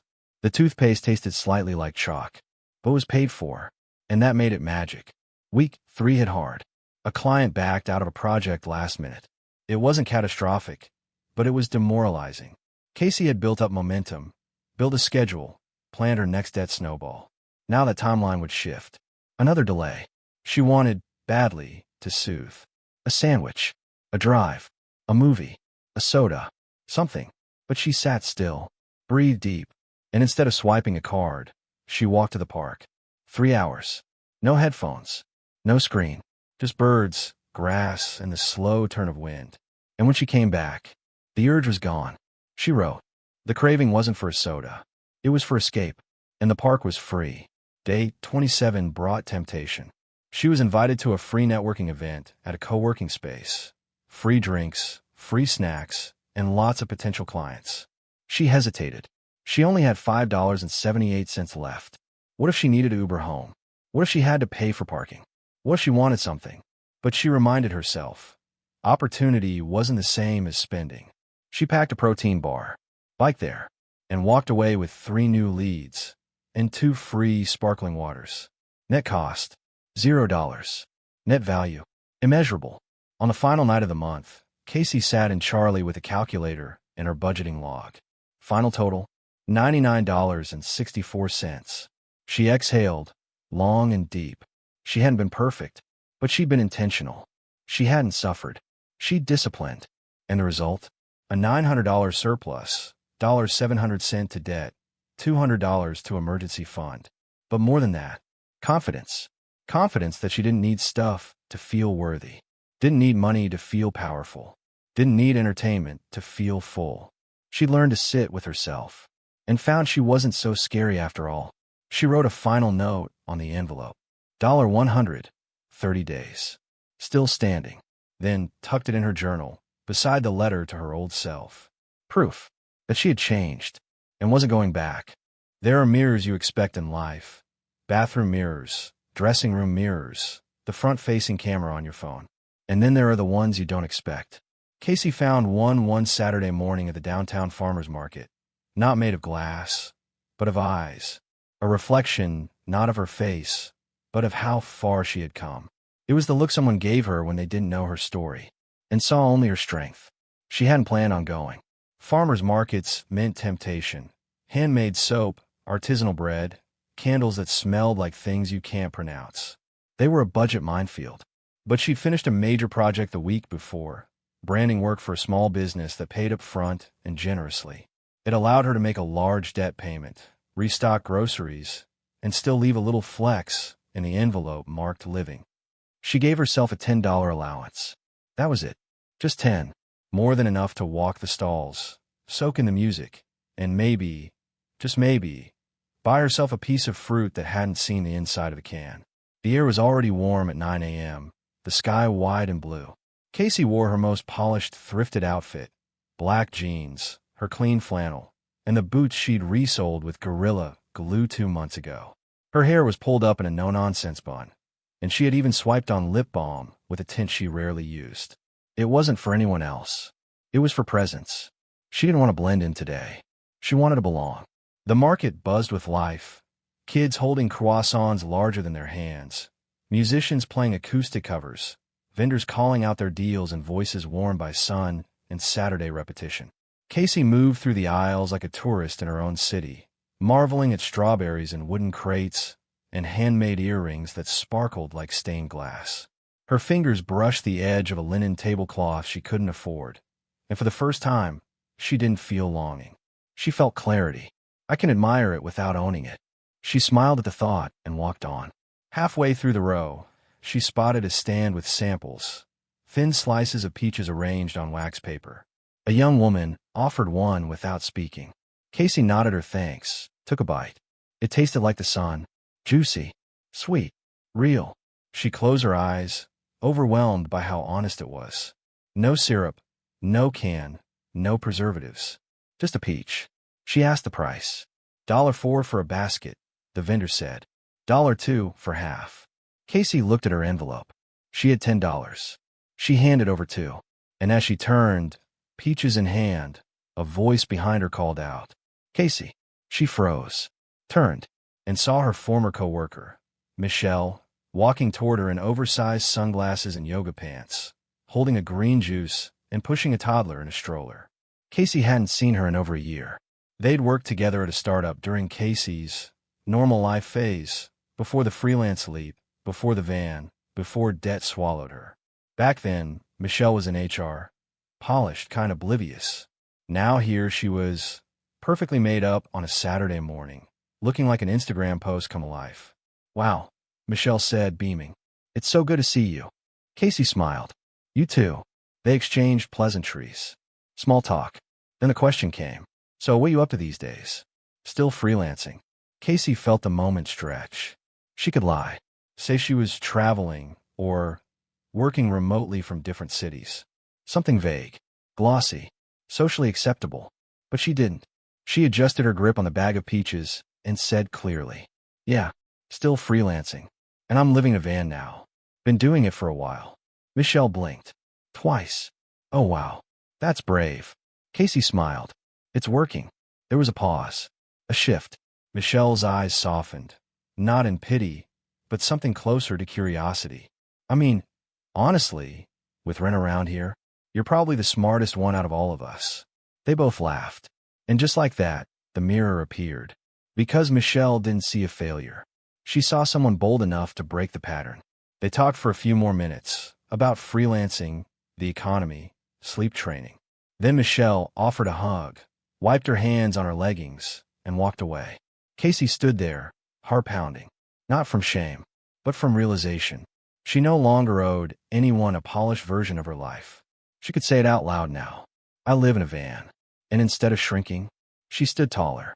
She walked toward the end of the market with a bounce in her step, not because she'd been validated, but because she had validated herself. She stopped by a second stand, jewelry made from sea glass and reclaimed metal. She admired a pair of earrings shaped like tiny leaves. The vendor, a woman in her 60s, smiled and said, "Beautiful, right?" Casey nodded. I love how simple they are. The woman tilted her head. That's what makes them strong. Later that night, Casey sat in Charlie with her peaches beside her and journal in her lap. She wrote, I don't need to impress anyone. I just need to be true.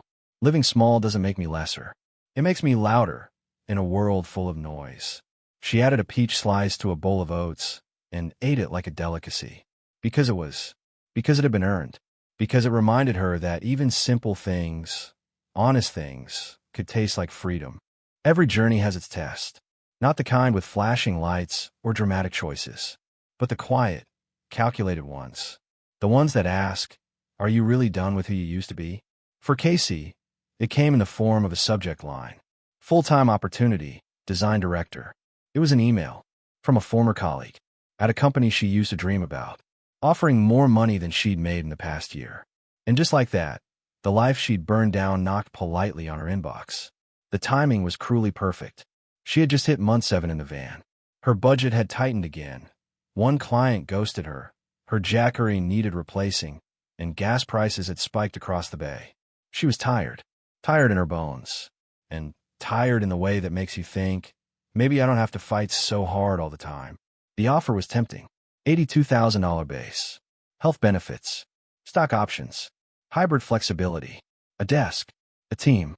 A name to put on her LinkedIn again. They even said the magic words. We'll let you build your own department from the ground up. It was everything she used to want. She read the email 3 times, then closed her laptop and stared at the roof of the van. The sound of late-night traffic buzzed outside. A dog barked in the distance. Somewhere, a car alarm blipped and stopped. Inside Charlie, the silence was deafening. Wouldn't it be easier? To go back? To fold into the system again? To walk into a building and not worry about showers or Wi-Fi? Or where to sleep next week? To have health insurance again? Sick days? Slack channels? Fridays off? Would that be so bad? The next morning, she packed up early and drove to her usual overlook. A cliffside pullout where the ocean met the sky without apology.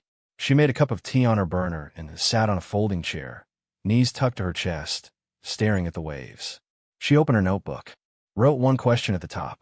What would you be trading for comfort? Then, beneath it, 2 columns. Job life, stability, insurance, status, deadlines, politics, commuting, less creative freedom, higher pay, less time, less life, van life, autonomy, control, frugality, freedom, inconvenience, risk, minimalism, creativity, discipline, peace. She looked at the columns for a long time, then drew a circle around one word, peace. Because that's what this whole journey had really been about. Not just debt, not just downsizing, not even discipline. It was about the ability to wake up in a space you controlled, to make decisions not because you were desperate, but because you were clear. Peace wasn't always comfortable, but it was honest. And Casey had built that peace, dollar by dollar, rainstorm by rainstorm, one spoonful of lentils at a time. Still, she didn't dismiss the offer. Not immediately. She called her sister that night, explained the situation. Her sister didn't jump to advice, just said, you've worked so hard for your freedom. Just make sure you're not selling it for a paycheck. Casey thought about that sentence all night. And the next day, she drafted her response. She thanked them for the offer. She congratulated the company on its growth. She said she was flattered, honored, even excited by the opportunity. But she declined. Politely, clearly, boldly. I'm building something of my own right now, she wrote. And for the first time in my life, I'm doing it on my terms. She hit send, then exhaled. It wasn't just a no to a job. It was a yes to herself.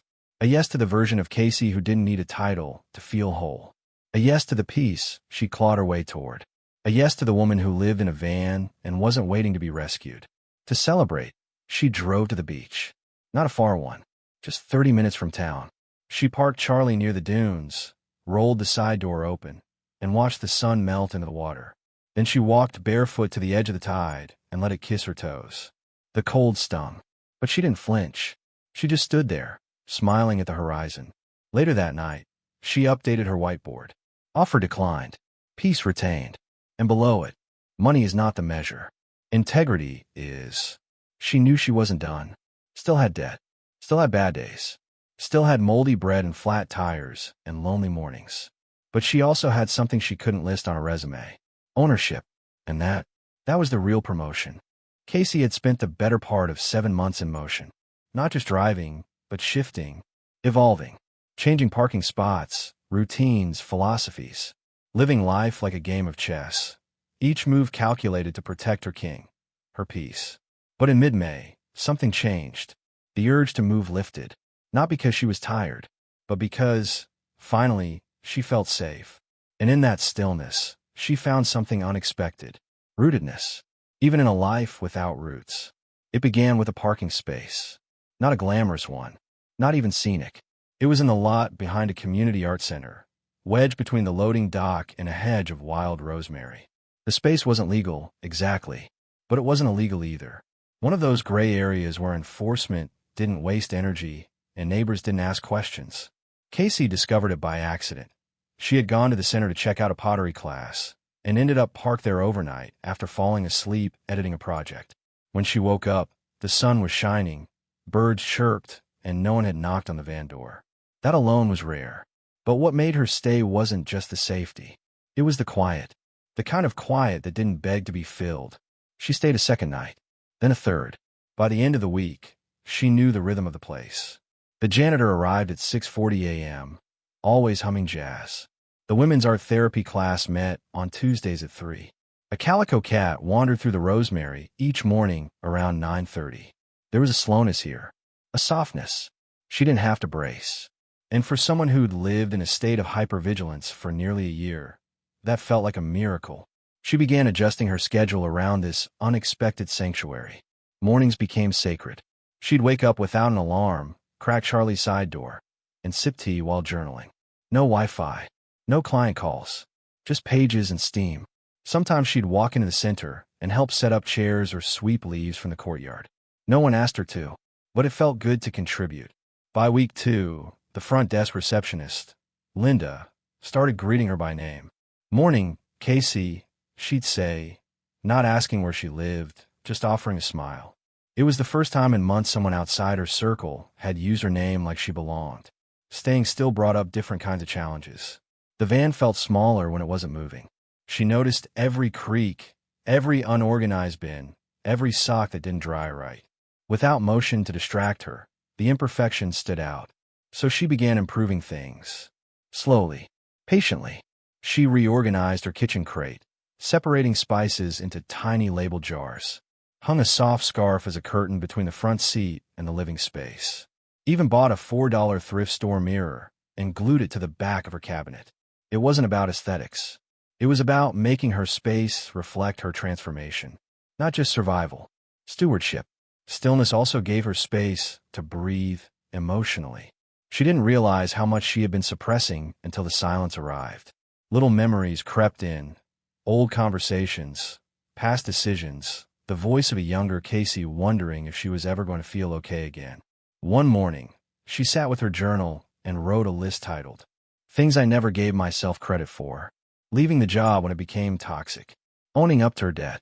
Living alone without numbing. Choosing growth over comfort. Saying no when yes would have been easier. Getting up again and again and again. By the end, she had filled 2 pages and realized she hadn't just changed her finances. She had changed herself. The staff at the center began to notice. One Thursday, Linda asked if Casey could help set up for a small gallery opening. "Just folding tables and signs," she said. "It pays $30. Casey agreed. Not for the money, but because it felt right. That evening, she helped hang lights, fold brochures, and restock cups of lemonade. No one asked where she went after the event. No one questioned why she didn't drive home. They just said thank you. And that thank you was enough.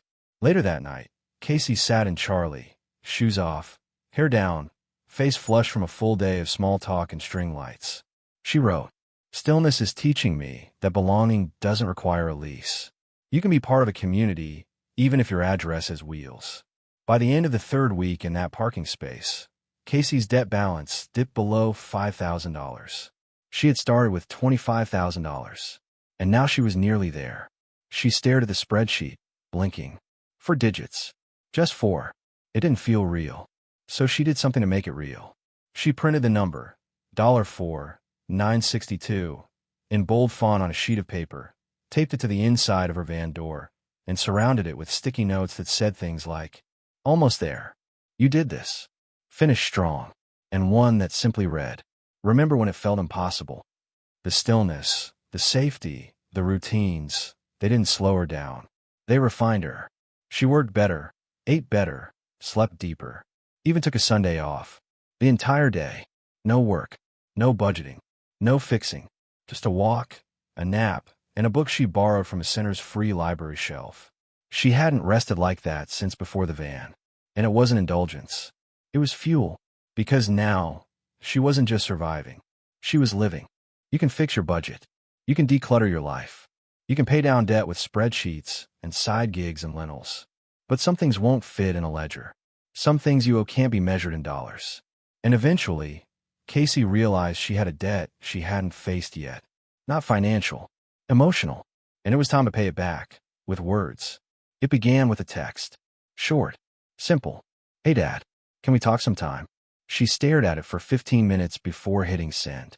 And even after it was gone, her chest tightened like she was bracing for a crash. Because the truth was, they hadn't spoken in nearly a year. Not since she told him she was going freelance. Not since she sold her furniture and moved into Charlie. Not since he called it reckless and said, "You always have to do things the hard way." And she had. She always had. But she needed him to know it hadn't been a failure. His reply came hours later. "Sure, tomorrow." They agreed to meet at a park halfway between their towns.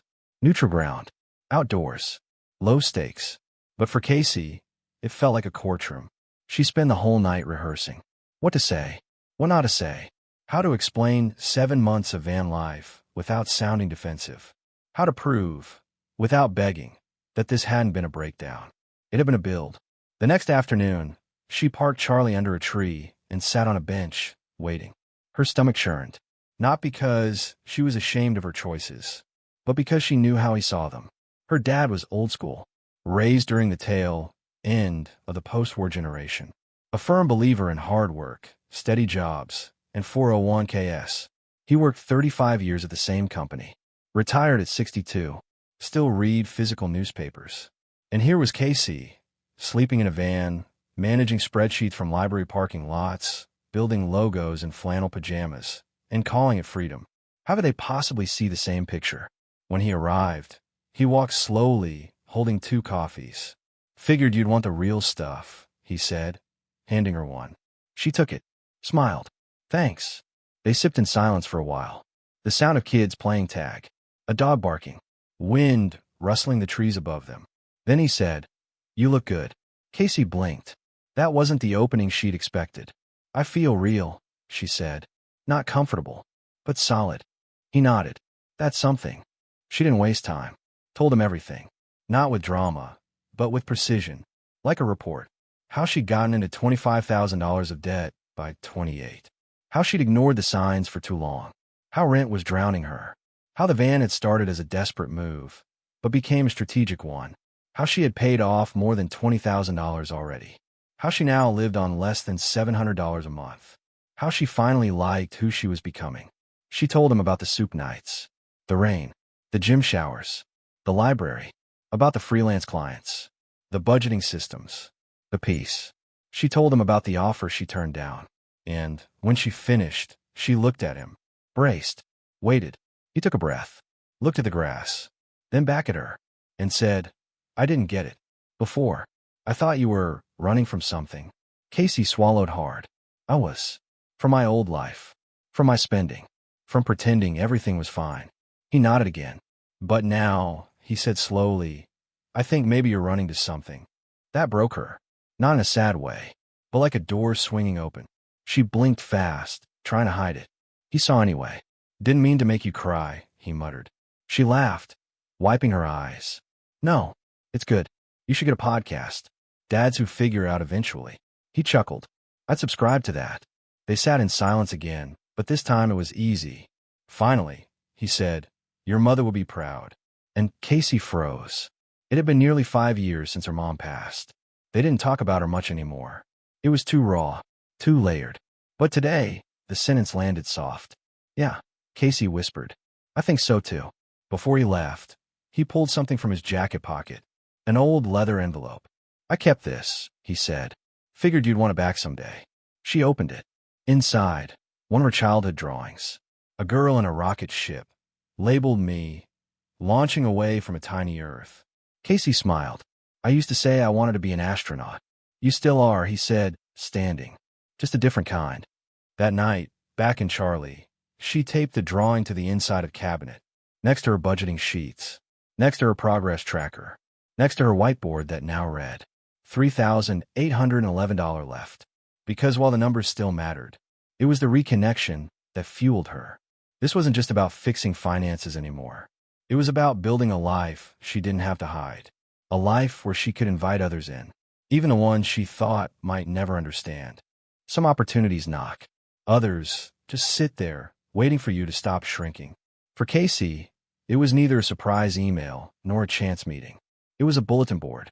Cork, thumbtacks, flyers curling at the corners. And on it, one plain white sheet of printer paper with black text that said, "Wanted, workshop instructor, graphic design. 6-week class. $40 per hour. Apply at front desk." She stared at it for 5 minutes. The flyer wasn't flashy. The font was Arial. There was no logo, no pitch. But her hands were sweating like she was about to walk on stage. Because this wasn't just a job. It was a mirror. And it was asking, "Are you ready to be the teacher now?" She wasn't. Not at first. The inner critic arrived before she could blink. "You live in a van. You still owe money. You're barely staying afloat. Who are you to teach anyone anything?" The same voice that used to whisper during her client pitches. The one that told her she needed to make it before she could matter. But another voice, quieter, steadier, rose beneath it. Who better to teach than someone who built something from nothing? She walked away from the board, came back the next day, stared again, and then on the third day, she asked for an application. Linda, the woman at the front desk, smiled wide. "I was hoping you'd ask." The form was short. Name, experience, availability, short statement of interest. Casey filled it out slowly, pen scratching over the surface of self-doubt. In the "Tell us why you're a good fit" section, she paused, then wrote, "I've worked with over a dozen small businesses and nonprofits to help them communicate clearly and creatively. But more than that, I know what it means to build something with no safety net. Design saved my life. I'd like to show others how to use it to shape theirs." She didn't hear back for 4 days. She tried not to check her email obsessively. She failed. But on the 5th morning, there it was. Subject, workshop position, accepted. Her hand shook. She read the email 3 times. Start date, 2 weeks. 6 students. Tuesdays and Thursdays. Supplies provided. She'd have access to the small computer lab in the center. $480 total pay. More than that, validation. Not the kind that inflates. The kind that anchors. The first class, she wore her cleanest shirt and jeans. Hair brushed. Notes prepped. She walked into the room and nearly turned around. Because they weren't beginners like she imagined. They were real people. Some younger. Some older. Some with messy notebooks and coffee stains on their sleeves. One woman in her 50s. One teen with a sketch pad. A single dad who used to be a painter but now wanted to pivot to digital. And all of them looked at her like she had the answers. For the first 10 minutes, she read from her outline. Fonts. Color theory. Logos with integrity. Then someone asked, "How do you know when your design is done?" She looked up, paused, and answered from a place beyond textbooks. When it communicates clearly, without you having to explain it. When it makes someone feel something before they understand it. They nodded. And just like that, the outline didn't matter anymore. By the end of class, she was standing, walking among them, peering over shoulders, offering feedback, not from superiority, from solidarity. You don't have to make it perfect. Just make it real. The following weeks flew by. Every Tuesday and Thursday, she showed up early, brought extra pens, printed examples, shared her own failures. She showed them one of her first freelance logos, one she hated, and then walked through how she redesigned it 2 years later. The students loved it. "You're not intimidating," one said. "Good," she replied. "That means I'm accessible." They laughed. But inside, she was stunned. She wasn't just passing on a skill. She was passing on a life raft. Outside the classroom, Charlie waited. Still a van. Still modest. Still filled with carefully labeled bins and thermal mugs. But now, it felt like a backstage instead of a secret. Because for the first time, she wasn't hiding her story. She was using it. One Thursday after class, the teen with the sketch pad, Alex, waited until the room had cleared. "I just wanted to say thanks," he said. "You make it seem possible, like I could actually do this someday." Casey swallowed hard. "You can," she thought, then said, "You already are." That night, she cried in Charlie. Not from exhaustion, but from overflow. From knowing that the thing she built in the dark, the thing she doubted every mile of, had become a lighthouse for someone else. And that was worth more than any check. She updated her whiteboard. "Taught my first class. Van life equals leadership." And underneath it, wrote in big black marker, $3, 177 left. Because the numbers still mattered. But now, the impact mattered more. She hadn't been back in over a year. Not to that street. Not to that house. Not even near that zip code. There was nothing dramatic keeping her away. No explosive fight. No burned bridge. Just history. It was the house she'd lived in during her before life. The one-bedroom apartment she'd leased when things still looked glossy on the outside. Before the debt. Before the silence. Before she traded space for freedom. But now, with less than $3,000 left on her debt and a year of transformation behind her, Casey found herself turning down that familiar block. She wasn't sure why. She just knew it was time. She parked Charlie across the street. The apartment complex hadn't changed much. The chipped paint. The uneven sidewalk. The leaning mailbox still stuffed with circulars and community notices. But something had changed. Her.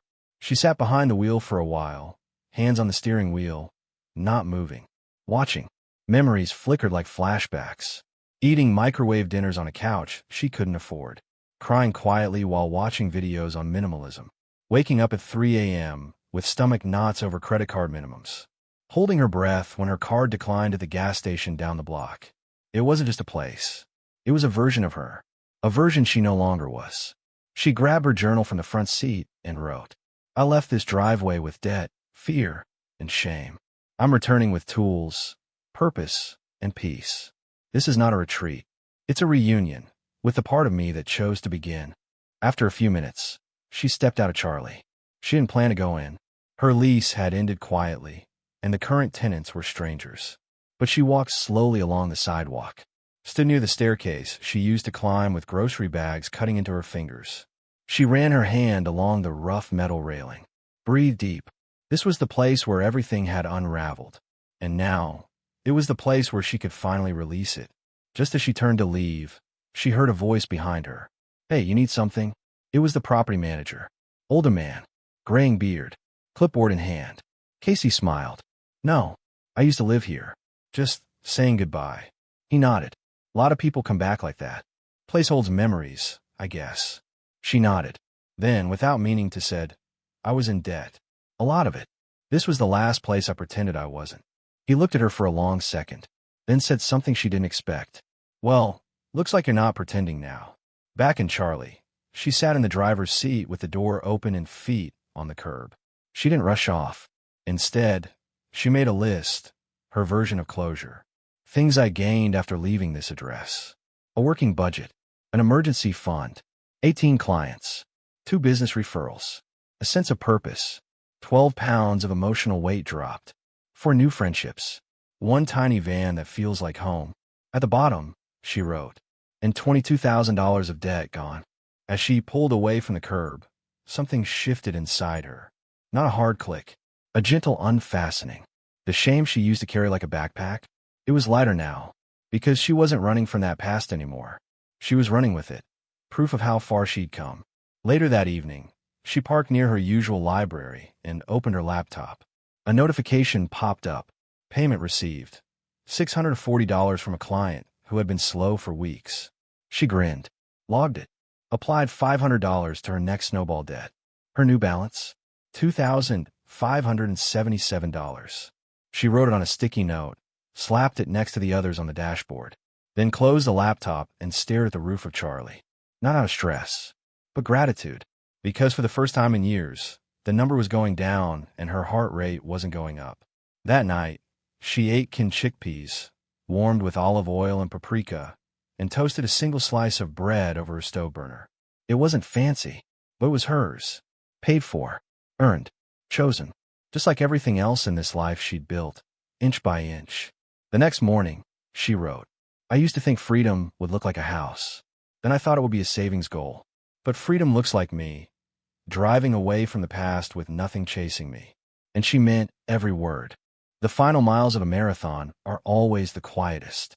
There's no crowd screaming anymore. No music pumping through headphones. No adrenaline left. Just breath and will. And the knowledge that stopping now would hurt more than finishing. That's where Casey found herself. She was down to her last $2,577 of debt. No more what-ifs. No more backup plans. The finish line was real now. Not theory. Not a daydream. A number so close she could count on her fingers 3 times and still have a few left over. But getting there wasn't about hustle anymore. It was about holding steady. By this point, Casey had a rhythm. A structure. She knew where to park without being bothered. Where to shower. When the gym was least crowded. Which laundromats had outlets by the folding tables. Which gas stations had the cheapest coffee and the cleanest restrooms. She wasn't surviving. She was operating. Her van life had become a system of small efficiencies. A choreography. Every dollar had a direction. Every day had a purpose. But there was something different about this final stretch. The pressure shifted. Because now it wasn't if she'd finish. It was how. She could have coasted. Let the last few thousand dissolve slowly over months. Paid the minimums. Maintained momentum. Finished by fall. But something inside her wanted more than a finish. She wanted a statement. A moment. A memory to mark the transition. Not just, I paid it off. But this is when it happened. So she made a plan. She called it Operation, done by solstice. It was mid-May. The summer solstice was June 21st. She had just under 5 weeks. It would be tight, but possible. She mapped it out on a whiteboard in Charlie. $2,577 left. Goal, $550 per week. Stretch goal, $600 per week. Final payment on June 21st. She drew a line underneath and wrote, "Burn the last page of this chapter in the sun." The first week, she pulled double hours. Took on an emergency logo job for a nonprofit in crisis. Accepted a lower-paying website audit gig from a friend's referral. Said yes to 3 consultations in 1 weekend. And, most triumphantly, finished her community workshop with glowing feedback and a $100 bonus from the center for her impact. She made $618 that week. Paid $500 toward her final debt. New balance, $2,077. She wrote it in red on the board and circled it. But the second week tested her. A client payment didn't come through on time. Her Jackery power pack started blinking red mid-project. And one night, while parking near a grocery store, someone knocked on Charlie's window and told her to go sleep somewhere else. She drove aimlessly for an hour, shaking. That night, she cried on her pillow. Not because she was giving up, but because the cost of this life, emotionally, physically, was still real. Still heavy. Even this close to the end. She let herself rest the next morning. No projects. No pressure. Just silence. She walked 3 miles along the waterfront trail. Watched ducks bob along the reeds. Bought a 50-cent coffee from a gas station. Sat in Charlie and read an old book she'd been saving for a moment like this. By sunset, her breath had returned. She whispered to herself, "You don't have to sprint every mile. Just don't sit down." Week 3 came with a surprise. An old client emailed. Said they were rebranding. Asked if she was available for a 3-week retainer. She said yes. The contract, $1,200. She stared at the number. If it all cleared before June 21 SD, she could do it. She negotiated weekly payments. $400 came through that Friday. She put $350 straight toward debt.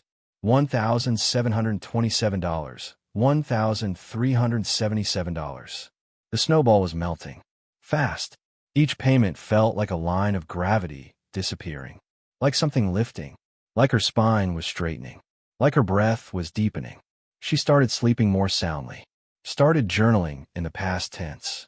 I used to live in fear. I used to flinch at my bank app. I used to believe I wasn't capable. And every word felt more true. Week 4. She sold her old camera. It had been with her through college. Through her first client jobs. But she hadn't used it in over a year. She cleaned it, photographed it, posted it on a creative resale board. It sold in 2 days. $250. She put $200 to debt.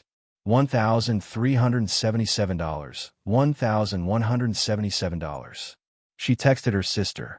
I can see it now. Like really see it. Her sister sent back 3 rocket emojis and 1 word.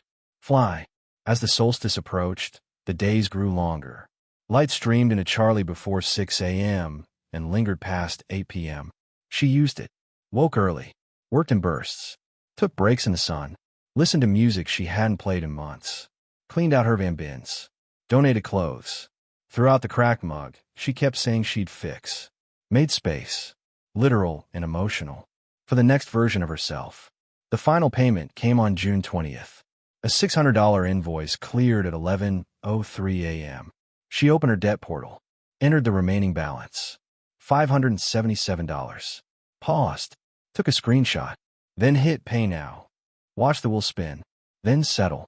Current balance. $0. She stared. Then laughed. Then sobbed. Not like before. Not from fear. But from release. She wrote, in her journal. No confetti. No parade. Just me. Just this breath. And a life that now belongs to me. She packed a simple dinner. Rode her bike to a hillside park. Watched the sun set on the longest day of the year. Closed her eyes. And whispered, I did it. When you pay off your last dollar of debt, nothing magical happens. No fireworks. No confetti. No angelic choir descends from the clouds. The street still hums with traffic. The sun still sets like it always has. People keep scrolling. Bills still arrive. You still need to do laundry. But something inside you, it changes. Subtly at first, then loudly. Because once you are no longer living in reaction to what you owe, you begin living in response to what you want. And that's when life really begins. Casey woke up the morning after the solstice with a strange sensation. Stillness. Not the forced kind from early van life, when she'd sit still because she was too afraid to act. This stillness was different. It was freedom. She stared at the ceiling of Charlie, watching sunlight flicker through her curtains. No debt. No dread. No list of minimums due by Friday. She was still in a van. Still freelancing. Still budgeting. But something essential had shifted. For the first time in years. Nothing owned her. She got out of bed slowly, letting her feet find the floor of the van like she was stepping into a new room of her life. Made her tea. Oats. Cinnamon. Banana. Her now traditional Wednesday breakfast. And then she did something she hadn't done since the beginning. She opened her first debt tracker. The very first one. A crumpled printout. Covered in scribbles. Color-coded bars. Notes in the margins like, don't give up, and you made it through this week. She held it in both hands and laughed. Then cried. Then folded it neatly and tucked it into the front page of her journal. She wasn't going to throw it away. She was going to honor it. Because that paper had carried her further than any map. Later that day, she met Marcus for coffee. Same cafe. Same bench outside. Different woman. Guess what? She said, grinning. You finally bought real shampoo. She laughed. Close. I'm debt-free. His face lit up like a light switch. No way. Way. He held up his cup. They clinked. And he said something she didn't expect. So what now? The question lingered in her ears long after the coffee was gone. What now? She wasn't trying to escape anymore. She wasn't cleaning up old messes. There was no monster under the bed. No $25,000 ghost following her around. So what happens when the story stops being about recovery? What happens when the crisis is over? That night, she sat with her journal under the string lights she had finally hung inside Charlie. She opened a new page. Titled it, After Zero. And for the first time in her adult life, she made a list with no fear. What do I want now? Learn something for joy, not survival. Take a week off without guilt. Volunteer. Build a savings cushion. Maybe find a home base. Help someone else do what I just did. She stared at the last line. It glowed. Because maybe this wasn't just her story. Maybe it was a bridge. In the following weeks, Casey didn't move out of Charlie. Not yet. She stayed because she loved it. Because it was still serving her. Still teaching her. Still keeping her rooted in simplicity. But her relationship with the van changed. It wasn't a necessity now. It was a choice. And that changed everything. She bought herself a small folding desk. Splurged on a new pair of boots to replace the ones with the Gorilla Glue soles. Started putting $300 a month into a Roth IRA. Took her sister out to dinner, for once, without scanning the right side of the menu first. She even signed up for a 6-week ceramics class. No return on investment. Just joy. One night, while working on a design project for a new client, a community garden startup, she received a message from Alex, the teen from her workshop.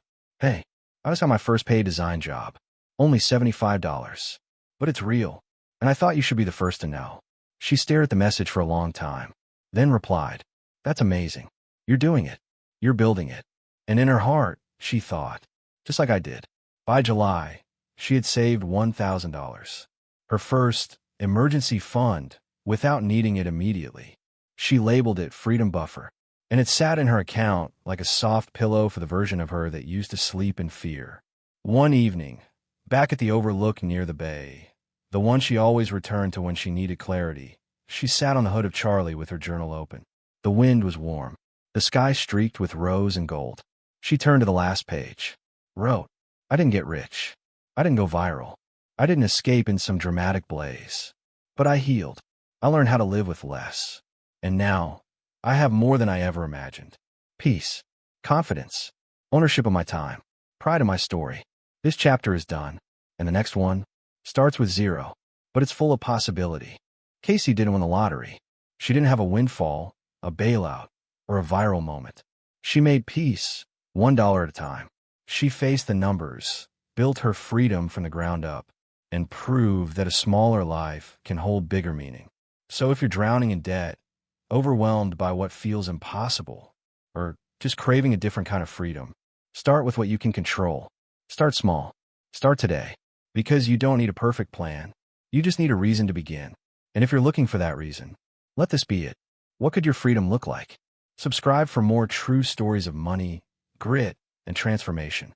New episodes every Saturday.